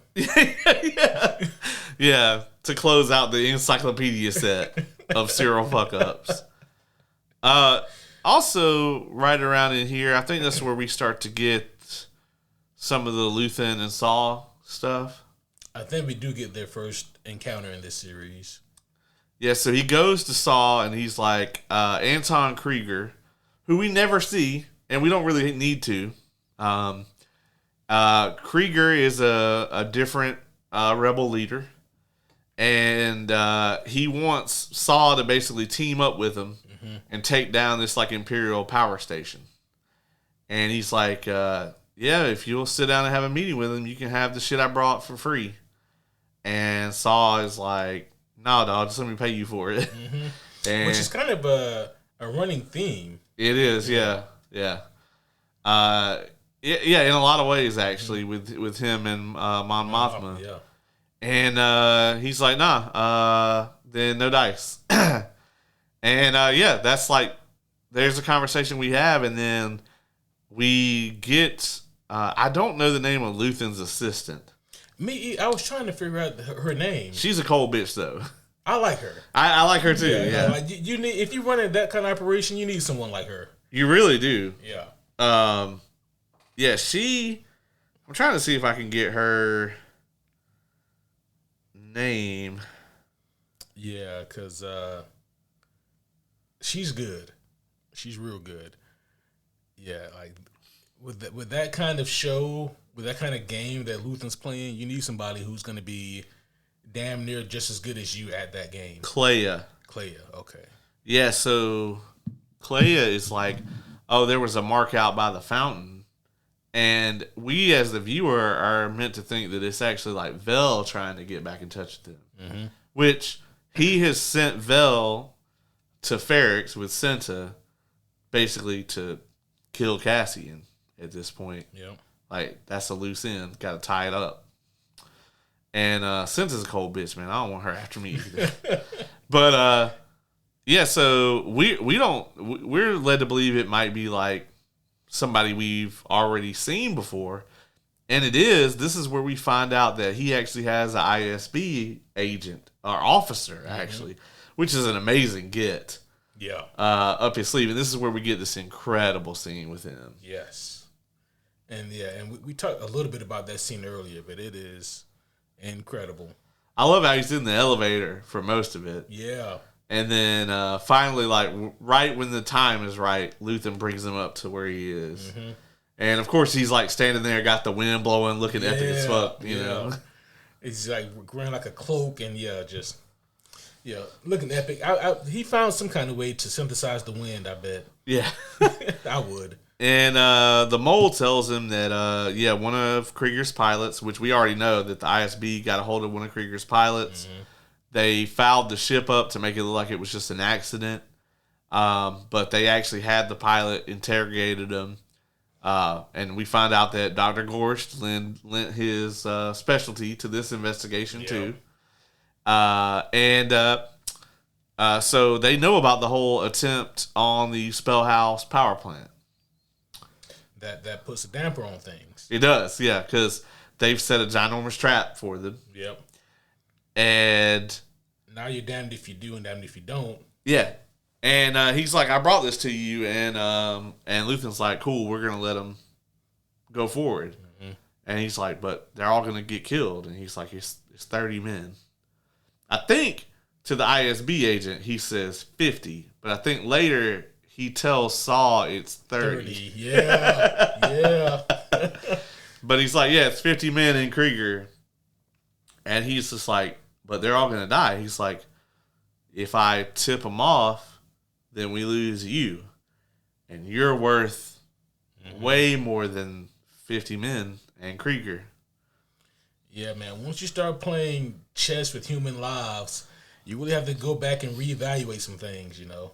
Yeah, this is very far from the Captain America, we don't trade lives. Yeah. Super far. Yeah, we don't trade lives is a long, long fucking way from where we are right here. Yeah, man. Yeah, like it's only 30 in Krieger. Like it's fine. It's fine. Yeah. You know, 50, 30. Yeah, what's the difference? With 20 people, it's the difference. I mean, that's the thing too, is like, I understand if I was in his position, I'd probably do the same thing. It's a tough call, man. Because you want the ISB thinking that they're invincible. Yeah. Here. Because they're the ultimate threat to you if you're trying to grow this rebellion all across the galaxy in little pieces. Because, like, once they figure out what you're actually doing and start trying to hunt you down, you don't have a lot of chances after that. Meanwhile, on Ferrix, the Empire has completely moved in. They are all over Cassian's house. Yeah. They've already interrogated Pack, who is the guy that had the radio that Bix was using. Yeah. And as we talked about earlier, they done got a hold of Bix. Boy, howdy did they. Yeah. She's done had a bad time. Yeah, they done turned that girl every which way but loose. And interestingly enough, when they know about Krieger, and Bix in a way is relieved when she shows him the picture of Krieger. Shows her the picture of Krieger. You see just a moment that like Bix sees it and then tries to hide it immediately. Yep. That she's like kind of relieved that that's the photo because that's not Luthen. Yeah. She probably don't have any clue who the fuck that guy is. Like, I don't know who the fuck this guy is, but yeah, this is definitely you got contact. me. Yeah. How'd you figure it out? Yeah. Interestingly enough, though, is like she won't roll on Cassian even after the torture. Yeah. She will not roll on him. Must have been some grade A dick. Yeah, must have been. So we get a lot more in the prison. Oh yeah. Through here. We actually see them working their shifts and everything. We see people get replaced. What's the old guy's name? Olaf. Yeah. So they double everybody's sentences. They find out that that's happening. Mm-hmm. And Olaf is scheduled to get out, I think, in 20 shifts. Yep. Something, it was like 40 or 50, actually. But yeah, it was close. It was close. Yeah. I guess also important to point out is that when Cassian got sentenced, like the judge said, well, they've actually increased the time on this crime, 6 years. So I assume that maybe originally it was 3. Yeah. For that kind of bullshit, which is still ridiculous. Yeah. But like, so if you think about it, their time is being more than doubled, especially if like you're recently arrested. Yeah. Yeah, absolutely. Yeah, so they were taking guys, like one guy who supposedly served his time, was supposed to get out. They just moved his ass to a different floor. Yeah. Word slipped, and so they wiped out the entire floor. Yeah. God damn. Which, it had to smell awful in there. Yeah. Who's going to clean that up? Yeah. You can't have another set of prisoners do it. You going to kill them too? Yeah. Yeah, it'd be like, no. They got to have some kind of technology that cleans those floors, right? Because you never see any, like, cleaning crews. But the place looks pretty spotless. Yeah, and everybody's walking around barefoot, yeah. so... Yeah. They probably got... this is dumb. They probably got a droid that does it. They just got one droid for the whole prison. Oh, God. And it's like whatever kind of busted-ass droid that B is. Yeah. B is like a busted-ass prototype Wally. Right. Like, I love him, though. Yeah. He's adorable, but... Yeah, he's great. He's not really very useful. I was going to say, like, he'd be more like a... He's more like a pet. Yeah, you're right, yeah. He's not really like a utility. Yeah. He's like having like a really stupid dog. Yes. But that has a projector. Yeah. That's about it. Yeah. He's adorable. Yeah, sure. You love him. Uh-huh. You like throw the thing and he just looks at it. Yeah. He doesn't go get it. We'll work on that. Yeah. That's about the extent of what he does. Yeah. Oh, just man. the dog probably doesn't have a projector. Yeah. He's almost like if Tulio was a droid, just kind of, except he doesn't growl at people. But yeah, that may be the dog I was thinking about when I started having this thought. Fucking A. Oh, For those of you who don't know, Tulio is my reverse guard dog. Reverse. Yeah, because you can take things from my house, and he doesn't care. But if you bring things to my house, he'll try to murder you. Yeah. He's the sweetest, oldest pup that you'll ever meet in that house. Yeah, okay. Yeah, he's definitely not the sweetest dog in that house, even. Yeah. But he is the oldest. He is the oldest. Yep.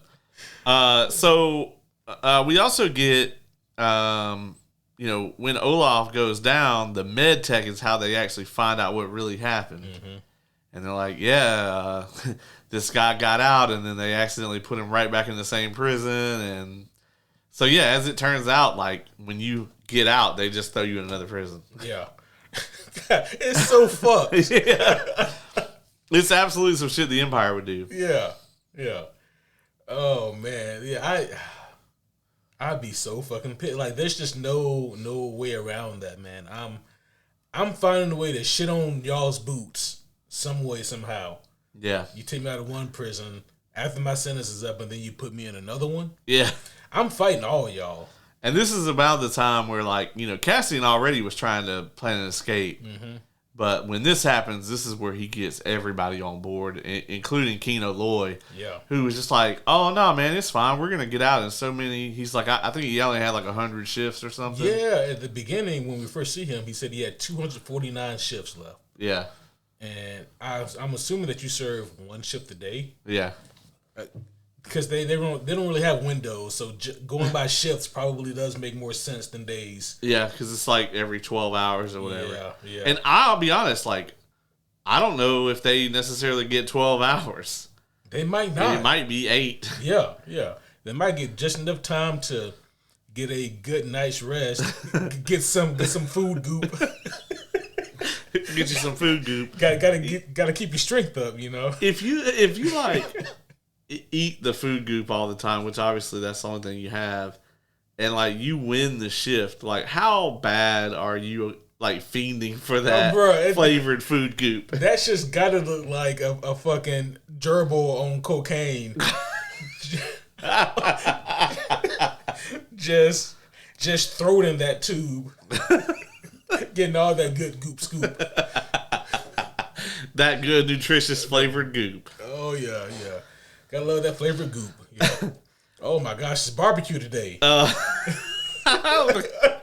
don't think I want any barbecue goop. If you've been in there for 5 years and you get some barbecue flavored goop, man. I'll be honest. I don't believe that I actually want any variety of the goop. I just don't. Yeah. You haven't tried it yet, though. That's true. Yeah. That's true. And I mean, once again, it's the only option you have. And you have to wonder, like, it is at least good, quote unquote, of them to have. They say nutritious food, but it's like you have to go out of your way to strip all the flavors from the nutrition, right? Put it into a paste form, and then just shovel it down the tube to your workers. And don't forget, if you come in last on the shift, they shock the shit out of you. Shock the ever living shit out of you for a while. Yeah, that can't be good for you. It can't be. I feel like the more you get shocked, like the worse your job performance is. Yeah.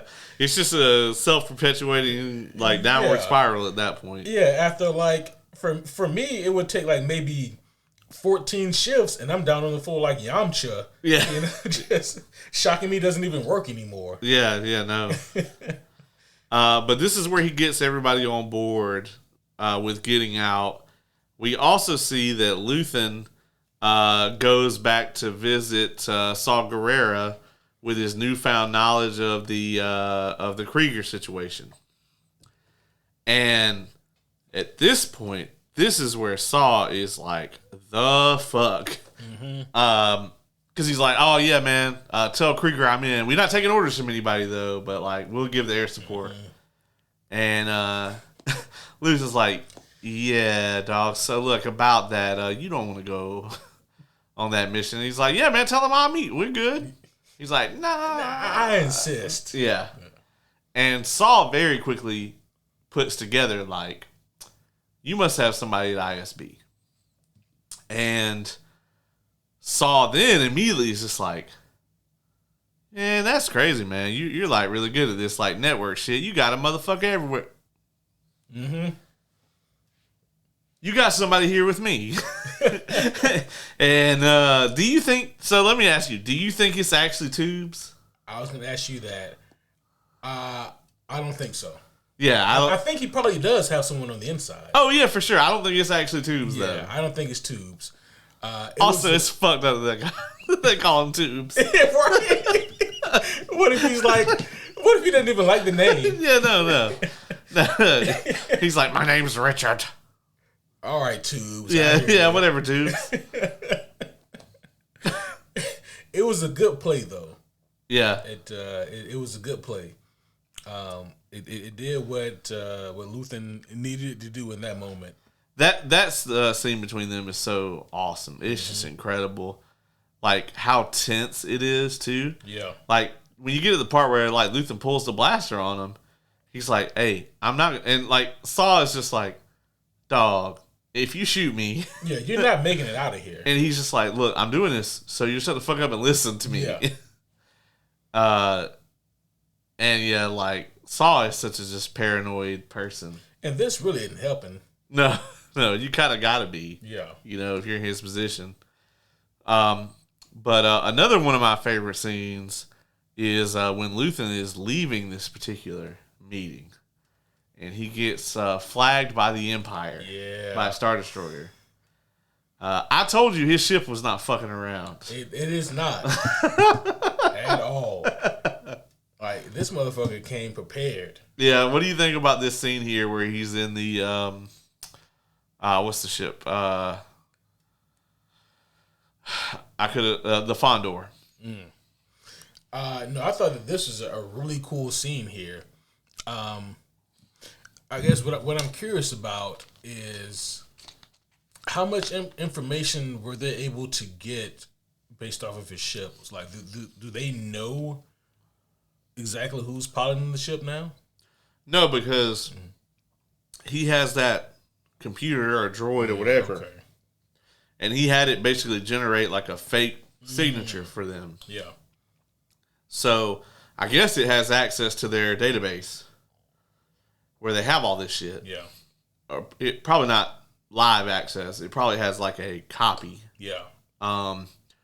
So it just brings up like a code from, I think it was a Alderaan spice trader or something. Right. Yeah. So they looked that up in the system and they're like, oh, this is registered to this kind of ship. And then so they think that that's what this ship is. Yep. This ship probably got the serial number filed off. Oh, for sure. Yeah. Yeah. It's got to, because of all the crazy ass upgrades that it Yeah. has. Modifications that I'm sure are not galaxy legal. Yeah, like the fuck your tractor beam special. Yeah, that shit. That shit was incredible. It was, yeah. At first, it was hilarious because, like, you see Luthen's ship try to lurch forward, and the guys on like the Imperial ship, they're like, "Did he just no?" No, he must know. Yeah. No, he didn't try that. Yeah, he hit the wrong button on the dash. Yeah. But when he unleashes the fucking the fuck your tractor beam bullshit, That was crazy. that was great. And then like the other toys he has on the ship, like because they released like the what were those? The TIE Fighters. The TIE Fighters, yeah. And he just lasers through them. Yeah, you actually originally think that you're like, oh, okay, so he's gonna fuck up their tractor beam and then he's just gonna jump to light speed.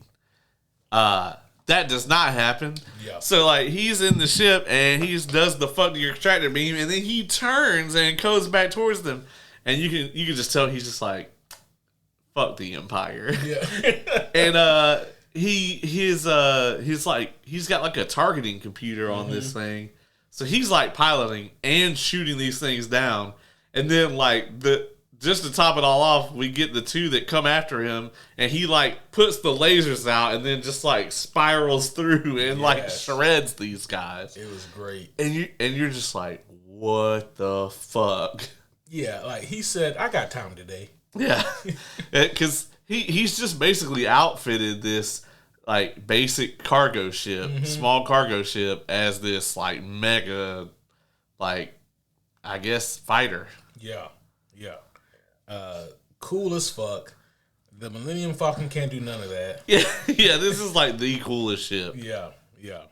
So I thought that was a really cool scene. I'm glad we got that, you know. Yeah, they did a great job with that. Back on Ferrix, things are not going well. You don't say. They're still questioning and torturing Bix. And we get the news around this time that Marva is not doing well. Yeah. And so Marva is sick, and she eventually ends up passing. And this is kind of all happening while Cassian's still in the prison. So what did you think about the actual escape from the prison? I really dug it, man, because it provided like a sense of urgency, but also like they had another competent plan, you know. Yeah. I look at a lot of like Cassian's adventures, and I'm like, man, this is like a video game, you know. Yeah, it really is. And just seeing how he's able to get the people on his side, especially Kino, because Kino is like the most reluctant to kind of, you know, join the team and fight back. Right.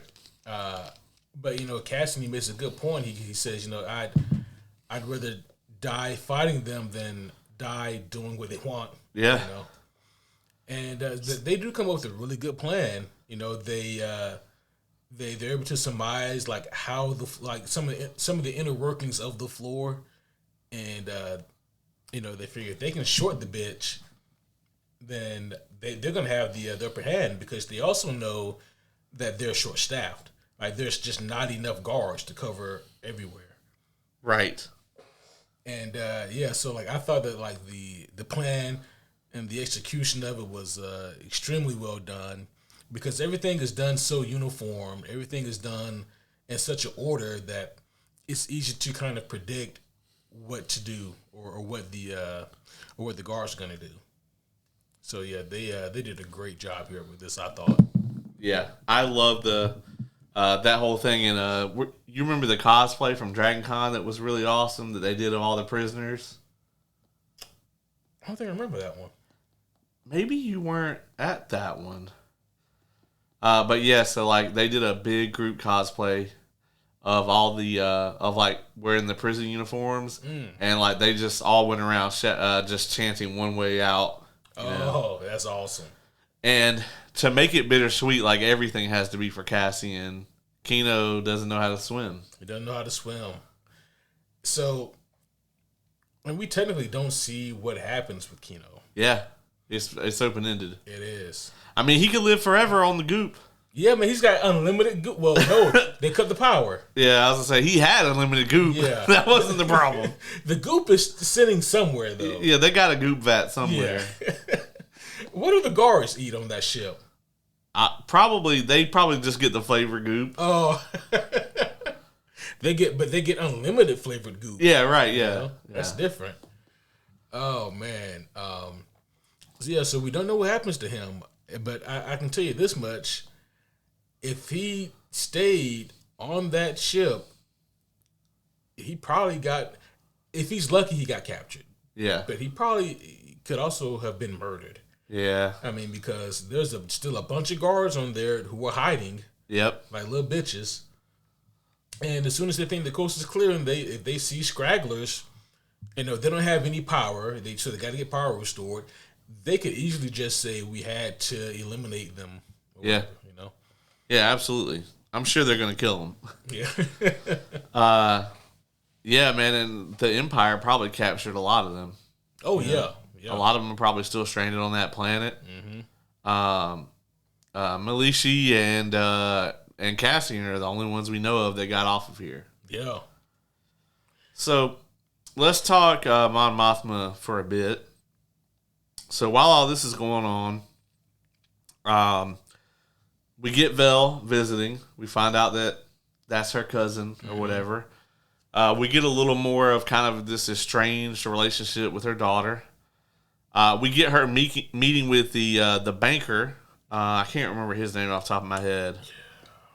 Start with the D. It's a one syllable name, as happens in Star Wars a lot, I think.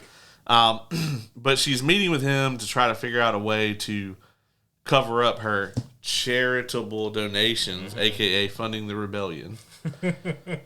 I mean, you know, like anybody would ever start up a bullshit charity. Yeah. But so she's doing all this. She's trying to get his help. And through all this, he kind of comes up with a solution of sorts of, let's get this shady thug businessman involved. Basically, like a human Jabba the Hutt, it kind of seems. This motherfucker looks, talks, and acts like a Fallout 4 companion. That's oddly specific. It is. But it's not wrong. Yeah. He's no Nick Valentine, though. No, he's not. Yeah. No. But who is? No, yeah.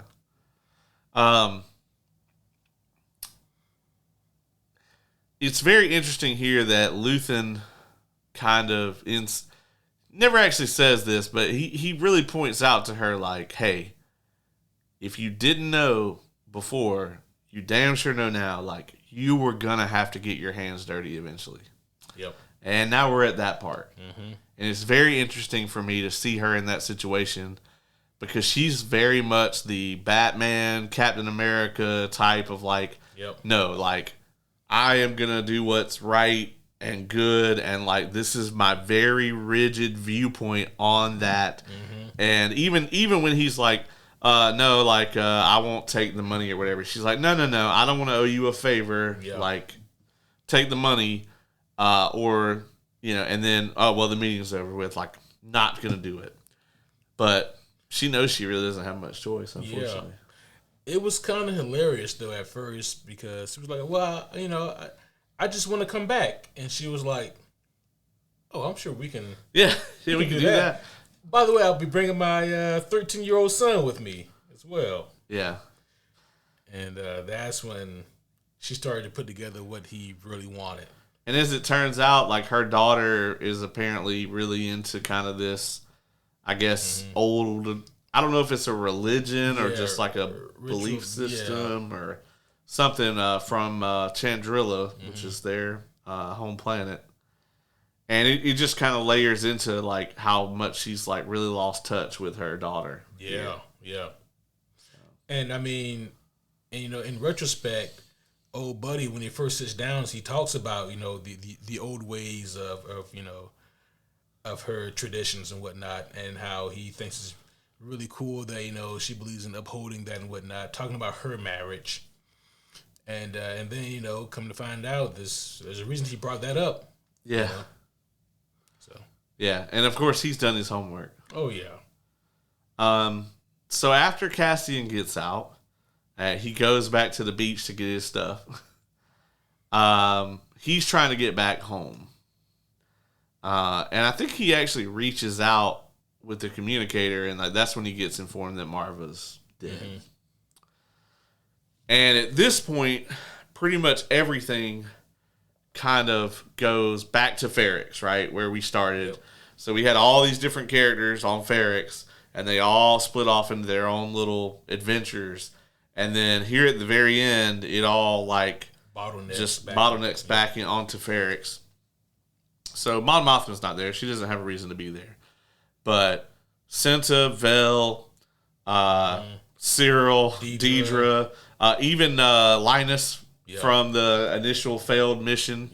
Fucking Cyril's good old pal. His only friend. Is there. You know, Bix, unfortunately, still there. Cassian is there. Marva's brick body. Yeah. So, also, the guy that's like the head of the Imperial garrison there, he also 100% has that like, oh, I just became a cop because I can use it to like wield my like will against people. Yeah. Because like this dude, you can tell he's completely inept. He's just like looking for reasons to want to like hurt people. Yeah. He wants to hang Pac as like a sign of their authority or whatever. And once again, just like Syril, when the shit actually goes down, this dude is the first one like ducking for cover. Yeah. Yeah. If there's any resistance, then he's gonna fold like a paper towel. Yeah. Luckily, they had like that older Imperial officer there too, who was like kind of leading the shit. Because if it had been this guy, they would have folded way faster than they did. Yeah. But the whole deal is that essentially you got Luthen and his crew looking for Cassian. The ISB is looking for Cassian, and they find out that Marva has passed. His mother has died. And so they're like, well, Cassian's going to come to the funeral. What did you think about this whole, like, Ferrix kind of funeral deal? Because I thought it was really neat. Yeah, I did, too. You know, Marva was a really important part of that community. And what was the name of, like, the group that she was in? The Daughters of Ferrix. That's right, Daughters of Ferrix. You know, so she's always kind of been about that life. Yeah. And so it was a pretty big deal. I dug like this whole funeral proceeding and whatnot, and you know, like the plan to draw Cassian out, I thought made sense. Yeah. You know, and the stakes were there for this moment because Cassian he doesn't have all the information as far as we know. As Right. far as you know, the only thing that he's aware of is that his mother has passed and her funeral is being held. Well, and he knows the Empire is looking for him. Yeah, but he doesn't know exactly that there is like The ISB is there. Yeah. Yeah, he thinks that they're still just looking for him for the murders. Yeah. From the beginning. He's not even thinking that they even remotely would connect him with Aldani. Yeah. Or, any of the other shit. Right. So, yeah, he's not really thinking like, from that perspective. And so, like that would change the way that you maneuver if you were him. Yeah.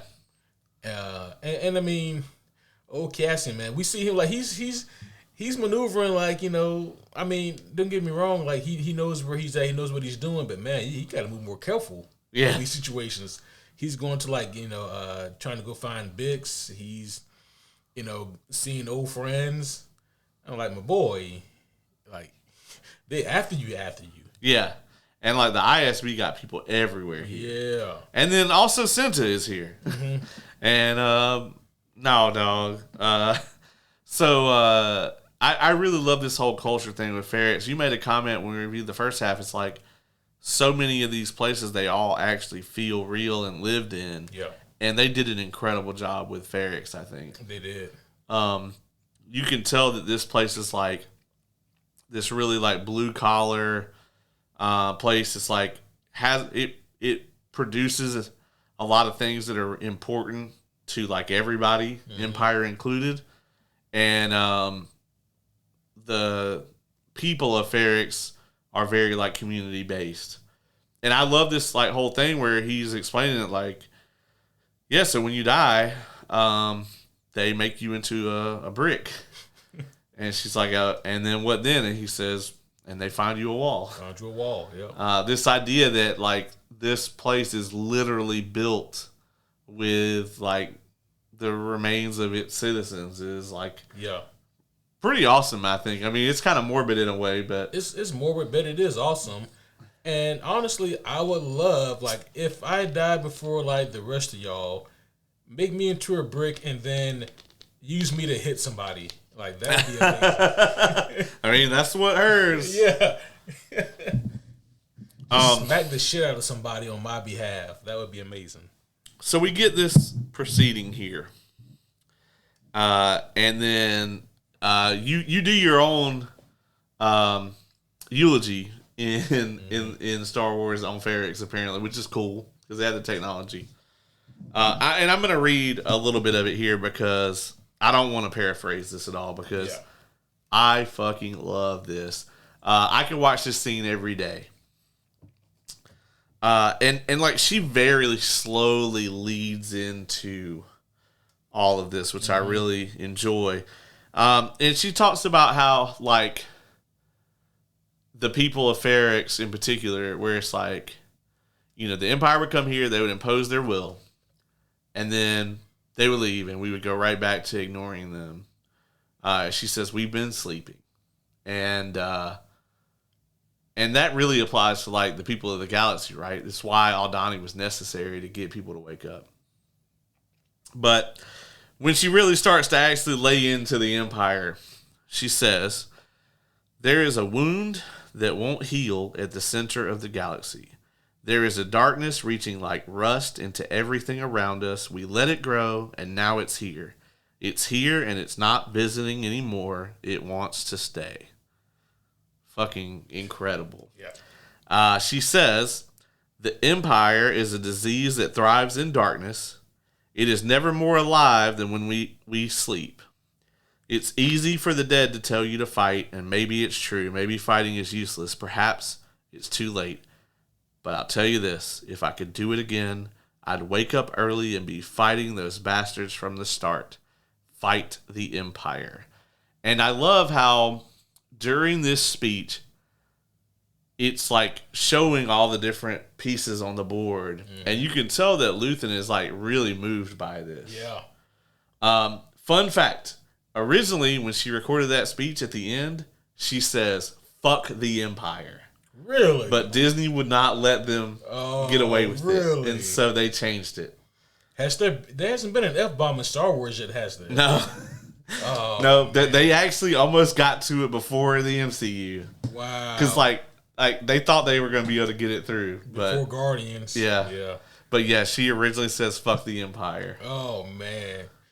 Oh, that would have been great. Yeah. But now I feel like we need to get an F-bomb in Star Wars. Right, we really do. Yeah, I don't know where they put it. Grogu's first word. Oh. Yeah, no, it actually needs to be Mon Mothma. They need to show her like when they actually blew up the first Death Star. Mm-hmm. She just needs to be like, fuck. Yeah.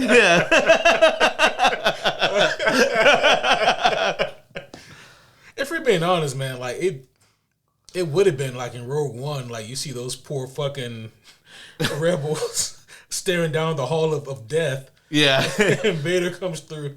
Or the ones that are on the surface when like they use the beam on them. Oh yeah. Yeah, just like fuck. So yeah, there should have been several F-bombs. Yeah, so far, yeah. But I love her speech, man. I like that to me is some of the best writing, and like it really underscores like what the Empire is. Yeah. You know? And it does a better job, I think, than most of Star Wars to like really illustrate that. It really is a great speech because it feels like it's coming from a real person, and it gets right to the heart of the matter, and it does so with passion. Yeah. And so yeah, it's a really effective speech, maybe too effective. Yeah, yeah, because it immediately incites a riot. Yeah, and we have the kid who's Salman Pack's kid, mm-hmm. who they killed. They killed his dad, and he built a fucking bomb. Yeah, and that it's just your nice everyday riot, and then he throws this mm-hmm. bomb. Again, I can only hope that my funeral incites a riot. Yeah. Also, I just want to point out that he killed that fucking snitch like almost immediately. Yeah, because this dude snitches to like the undercover ISB guy, mm-hmm. tells where Cassian's at, and then he gets killed in the explosion. Yeah. Fuck him. And the thing about it is, there's no telling like what this dude was promised. Yep. Credits, way off the planet, better life, whatever. But number one, he's not going to get it. And then it's like, you hate this dude immediately because he's a snitch, but you're just like, man, if you were really living in like a very tough scenario and like somebody offered you a way out, you'd at least think about it. Yeah. Like him and Cassian don't seem to be boys, Right. Yeah. So that's true. It's just it just goes more into that like shades of gray. Yep. That this show is quite famous for. So yeah, after the speech, all hell breaks loose. They immediately start fighting the Empire, literally. A couple of them stormtroopers get beat to death with Marva's brick. Yeah. But there's some casualties here on both sides. There are. Yeah, we see bodies from either side just strewn about. At one point, we see Deidre's about to fucking bite it. Yeah, she gets mobbed, and like then people are about to kill her ass. Mm-hmm. But who comes and saves the fucking day? Syril, hey. Captain Syril. He's a hero. And thankfully, the camera in this scene is shot on these two from like the waist up because he probably had a raging erection. Yeah. Yeah, Syril is like if Ben Shapiro was in Star Wars. Holy shit. Wow. Just the driest pussy imaginable. They're not supposed to get wet, Caleb. Did you know that? He's just got like a dry pussy aura.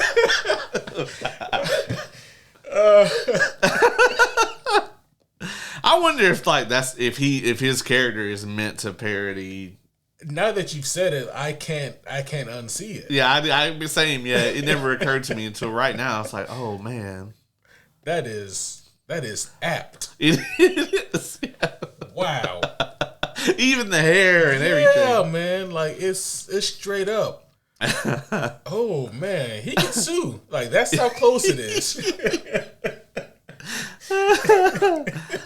Oh wow! Did you ever see this? Is a fucking tangent, but did you ever see the show they had about like the Lakers dynasty and like the way that Jerry West was portrayed in the show? I think Will Ferrell was in it, and Will Ferrell isn't the one that plays him. Yeah. But they play him ridiculous, like just this all outrageous motherfucker in the show, and then he like sued the network over the portrayal of him in the show, and then like the headline or whatever was like, "That's exactly what the character in the show would do." Yeah, I remember hearing about that. Yeah.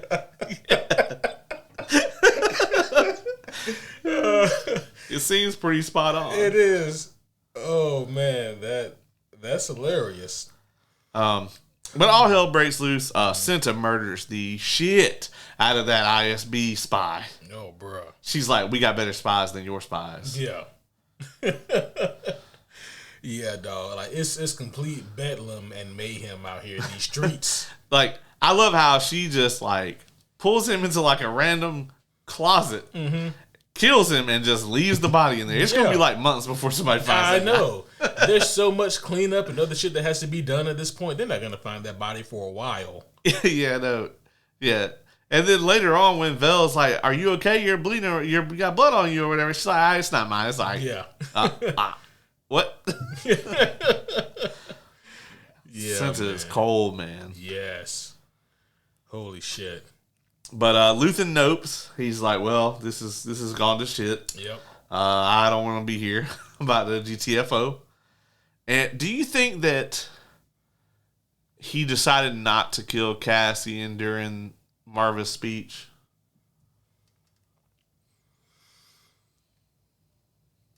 I'm gonna say no. I'm gonna say that as calculated as Luthen is, he maybe realizes that now isn't as opportune a moment as he had originally thought it was gonna be. Yeah. But now say like if Cassian would have just wandered on his ship as he's about to take off, that might change things. It's weird that you mentioned that. Oh yeah? Yeah. Oh, okay. Because Cassian rescues Bix while all the commotion is going on. And he gets her and a couple of the others and B on the ship. I actually love his interaction with B here.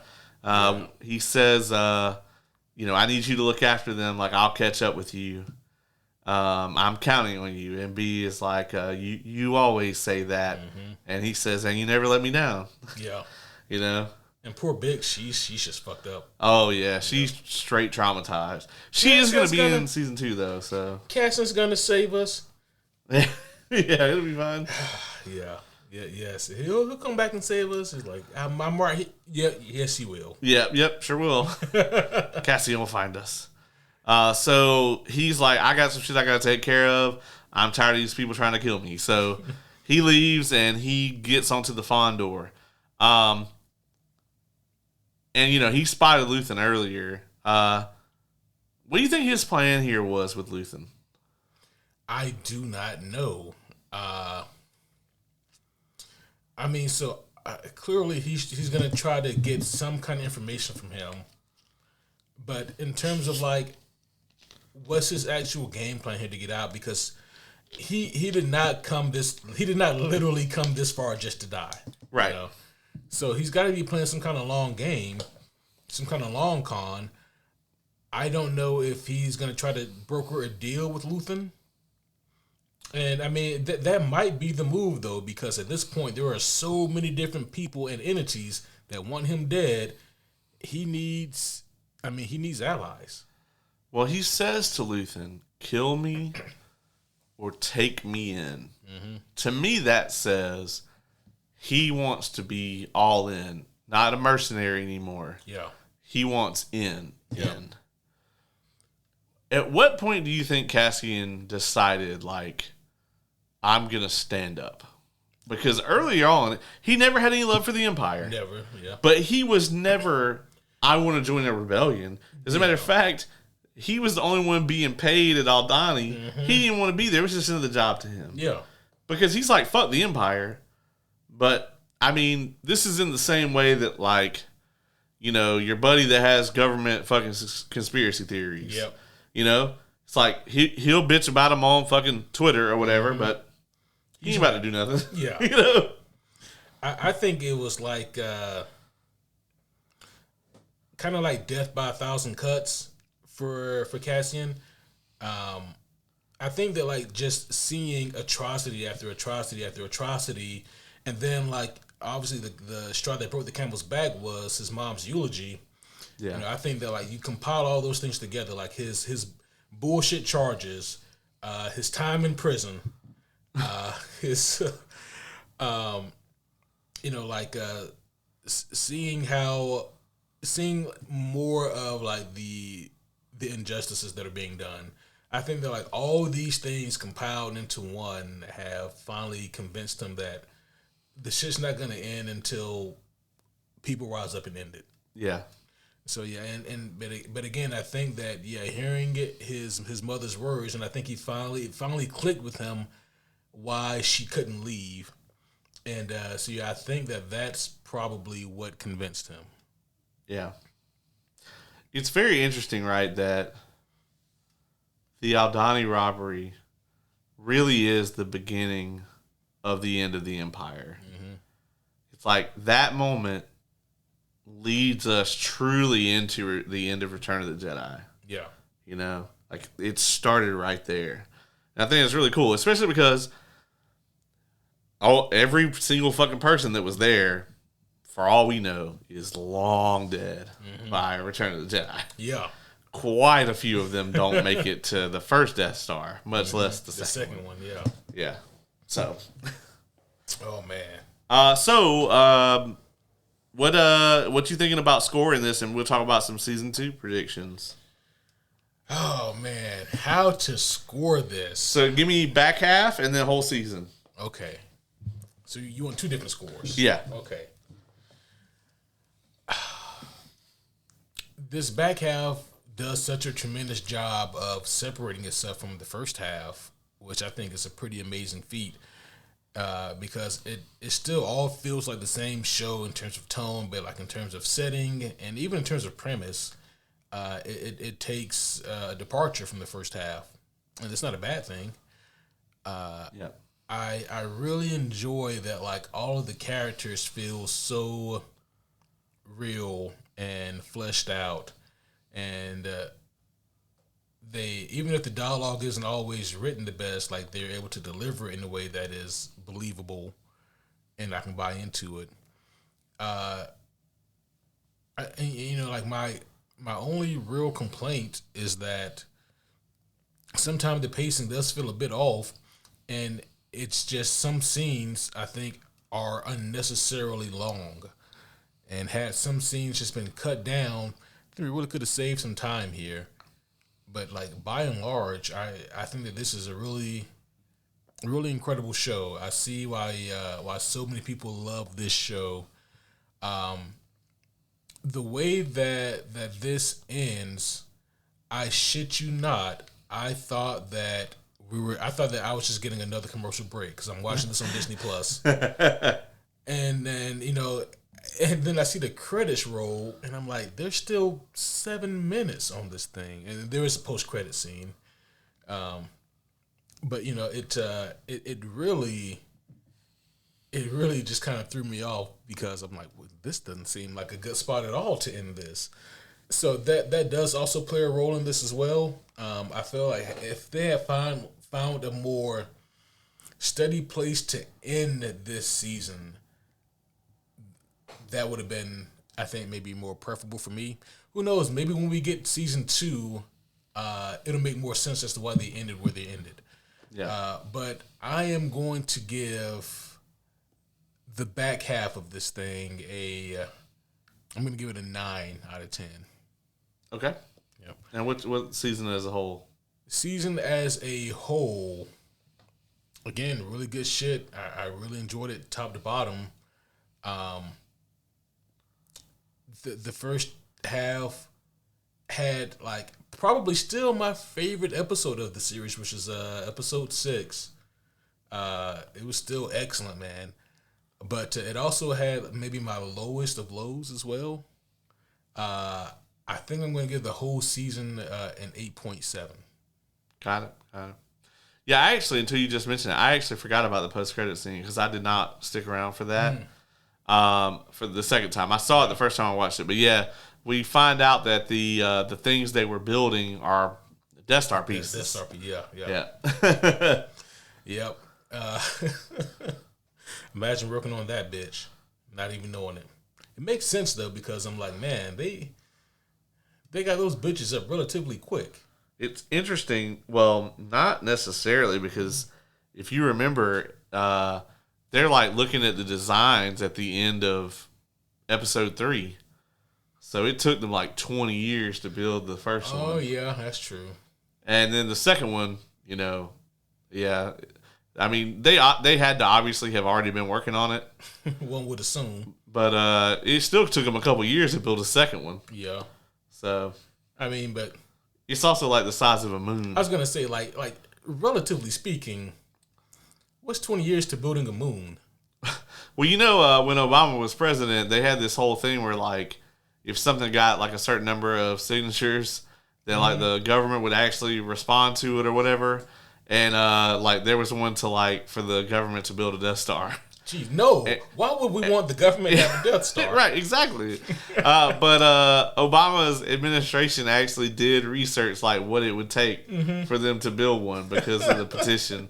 And like I think they came up with like basically like if they harvested all of the known rare minerals on Earth that they would need to build it, that it wouldn't, like they couldn't complete it. Yeah. Of course not. Yeah. Yeah, that's why they're pulling from probably like 100 different planets. Have to. Yeah, we want to build something that's a third the size of planet Earth. Yeah. No, there's just not enough shit. Yeah. But that being said, yeah, that the irony that like Cassian is so instrumental in the Death Star being destroyed, and then he also built part of it. Yeah. So I love this show. I love that. Yes, the slow burn at the beginning, I think, turned off a lot of people.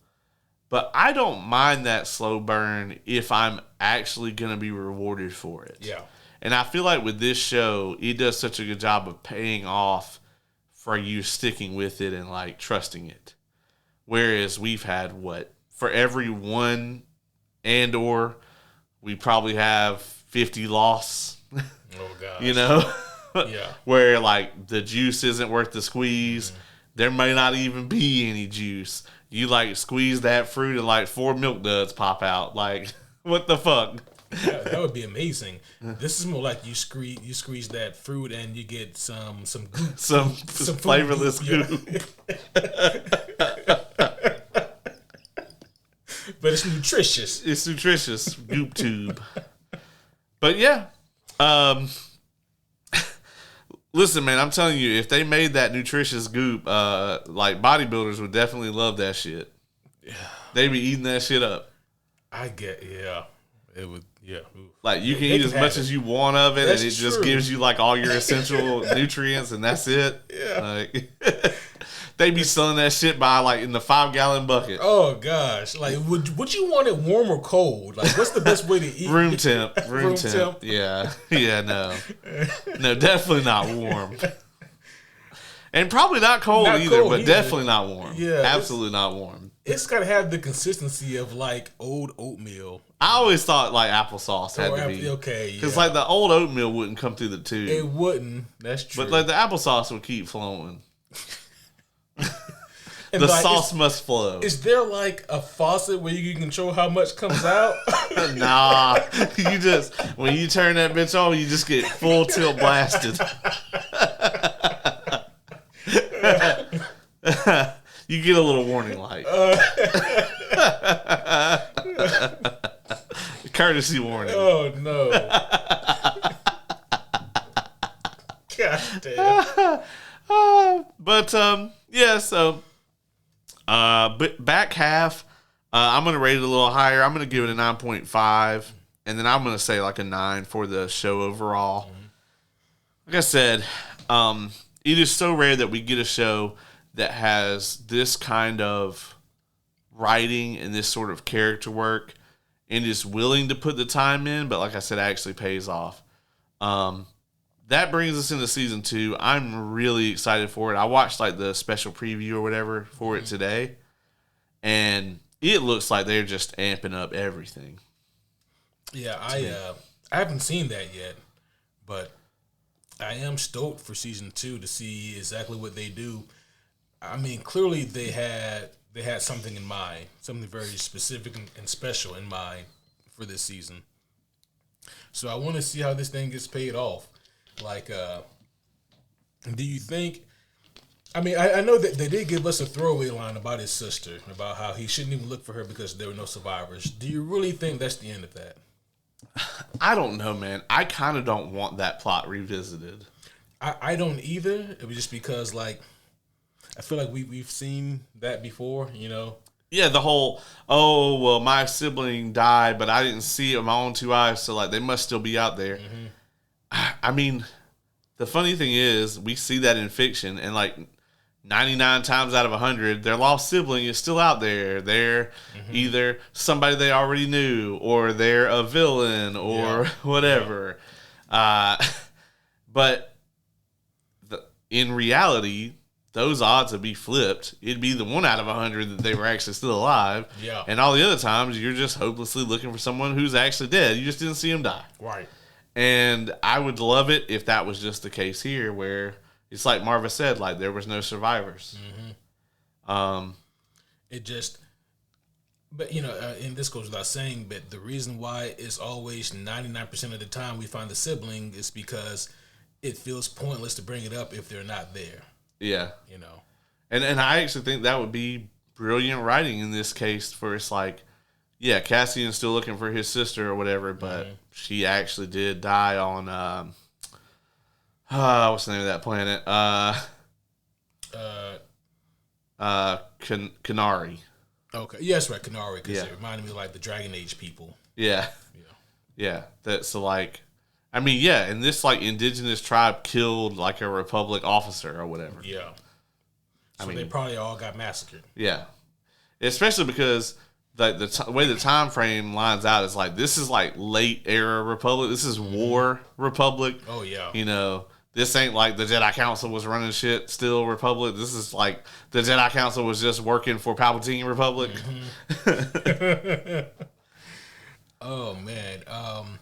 So you already said that you think Luthen is gonna bite it. Yeah, and I think either Daedra or Krennic will be the source of that. I'm interested that Krennic is, like, gonna be in season 2. Yeah. So, do you think that Vader will be in season 2? You know, I'm gonna say, my gut instinct is to say no. Actually, it would be cool to see Vader show up there. But even though we're nearly 10 years removed from Rogue One, I wonder would that lessen the shock and awe of seeing him there? So I think it's 4 years. Well, I meant, like, from the time that the movie came out. Yeah. So from the end of season 1 to the very opening of Rogue One is 4 years. Yeah.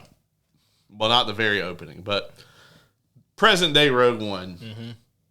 Because Jyn Erso was a little girl when Krennic came and got her dad. So that's already happened. Her dad is working on the Death Star right now during season 1 of Andor. So we know that there's 4 years from the end of season 1 until the beginning of Rogue One, and that the next season is going to bridge that gap. So there's going to be some time skips in there. There's got to be, right? Yeah. Except we know that, like, the time skip can't happen at the beginning of episode 1. No. No. Yeah, that'd be ridiculous. Yeah, so I think we're going to get, hopefully, a lot more Luthen. I think we're going to see Mon Mothma taking bigger risks.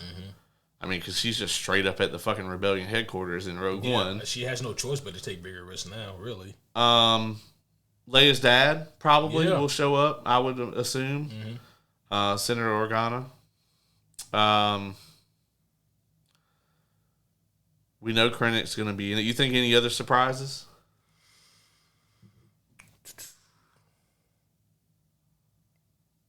At the end of the season, do you think we see any other returning faces from Rogue One? Well, obviously, like, we got to see how Cassian ends up with K2. Yeah, they've got that's got to pay off. Yeah, absolutely has to pay off. Yeah. So Cassian and K2SO. I don't think we'll get any of the people they meet on Jeddah because that wouldn't make sense. Right. I think we'll see some more Saw. I hope we see some more Saw. I really love Saw Gerrera, and I love Forrest Whitaker. Yeah. And I love him as him. So, from Rogue One, any other returning faces? I don't know, man. It would be interesting if they went out of their way to get Mads Mikkelsen as Galen Erso, but it could totally happen. Yeah. But it can't be Cassian that runs into him. No, Cassian can't run into him, but he could still be in the show. Yeah, they could show Krennic, like, berating him, whatever, like, finish, get the project finished, Palpatine's waiting on me, whatever. It really wouldn't make a ton of sense for them to have Vader in it either, because Krennic in Rogue One, he goes to the castle on Mustafar to visit Vader, which is by far my favorite moment from Rogue One. Because Vader's castle was always this thing that was not canonized. It was in the expanded universe. Yeah. And Rogue One not only canonized it, but put it on Mustafar. Yeah. Which made me so happy. Because, like, this motherfucker just sits in this Bacta tank that won't heal him all day, every day. On location where Obi-Wan fucked him. Yeah. And he just, like, presses A to become more angry. Yeah. Like, all day. All day. All day. Every day. Forever. Oh. Yeah, he's I think about it, like, there's a little bit of power plex going on there, Yeah. Like, Yeah. This is all your fault, Obi-Wan. He can't get away with it. God damn it. Obi-Wan. Obi-Wan. Obi-Wan Kenobi hasn't been heard from for like several decades. He just fucking force chokes that guy. Yeah. Lightsaber throw. You gotta imagine, man, by this point, like, it feels like that, like, Vader ain't really out just doing shit constantly. No. Like, he's very much just kind of on standby for Palpatine. Yeah.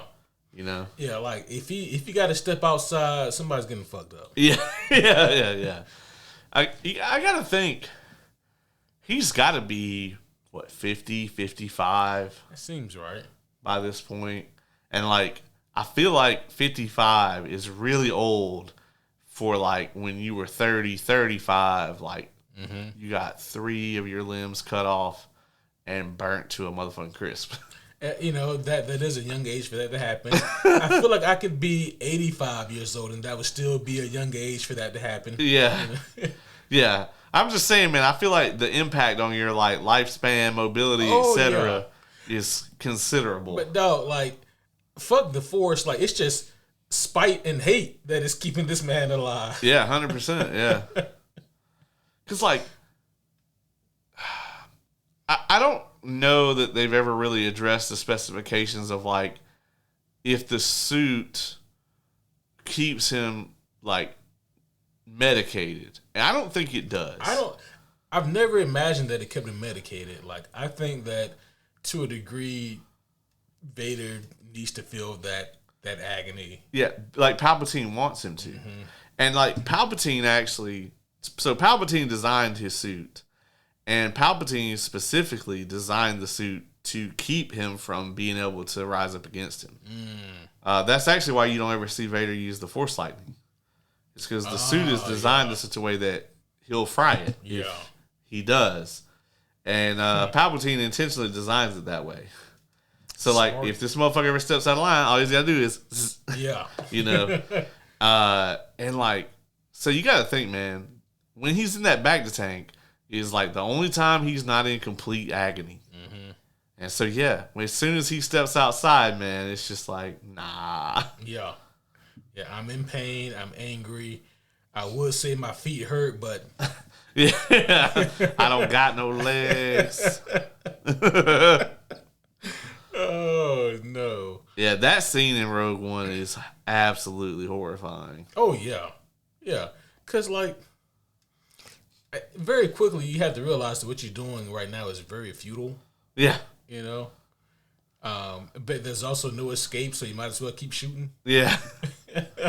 Yeah, like, you might be that one lucky guy. I mean, nobody at this point in time understands how the Force works. Mm-hmm. So, as a matter of fact... the Emperor had like basically all like references to that shit eradicated from society. So like to them, it's just an ancient religion, myth, whatever, just some bullshit, just some old bullshit. Until you run into this motherfucker, and you're like, oh shit, and then like you're not gonna be able to tell no one. Exactly. Yeah, you're gonna be dead as fuck. And you also got to remember too that,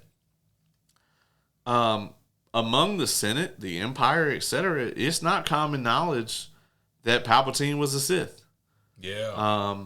The only people that saw that shit firsthand are either dead or they're Obi-Wan or Yoda. Mm-hmm. And that's it. Yeah. You know? Yeah. It's a real fucked up situation. But hey, you know, the thing about Palpatine is that somehow he always returns. Somehow. You really wanted this drink to end up all over the equipment.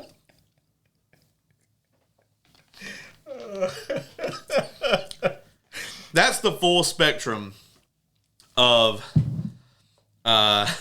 like, the Star Wars writing. It's like the Marva funeral speech. Yep. To somehow Palpatine return. That's the spectrum. I wish I could have been in the writing room for both of those moments. Yeah. You know, like for the brilliance of Marva's, you know, eulogy and the funeral scene, and then for the just the deprived hilariosity of fuck it, man. Somehow Palpatine returned. I don't know. I feel so bad for Oscar Isaac for having. Do you think they shot that once and were like, we already said fuck it on the writing, we might as well say fuck it on the scene? Or do you think that like Oscar Isaac like read it and was like, that was awful. Hey, can we get another? And then like 3 hours later, he's just like got a cigarette. Yeah. And he's like, I gotta do something with this line. Fucking Al Pacino would get it. Throws the cigarette. He's like, okay, let's get another one. And he's just like, somehow, Palpatine returned. But nope, cut it. Let's go back. They're like, even though we're recording this on digital, we're running out of film, Oscar. Yeah, man. Come on, bro. Yeah, if I were him, I would just take a look at that. Oscar Isaac, he's good enough to realize that, like, there is no level of good that can just get that line by. Nope. So, might as well just be one and done with that one. Yeah, absolutely. Well, folks, I really hope that you guys have enjoyed our coverage of Andor Season 1.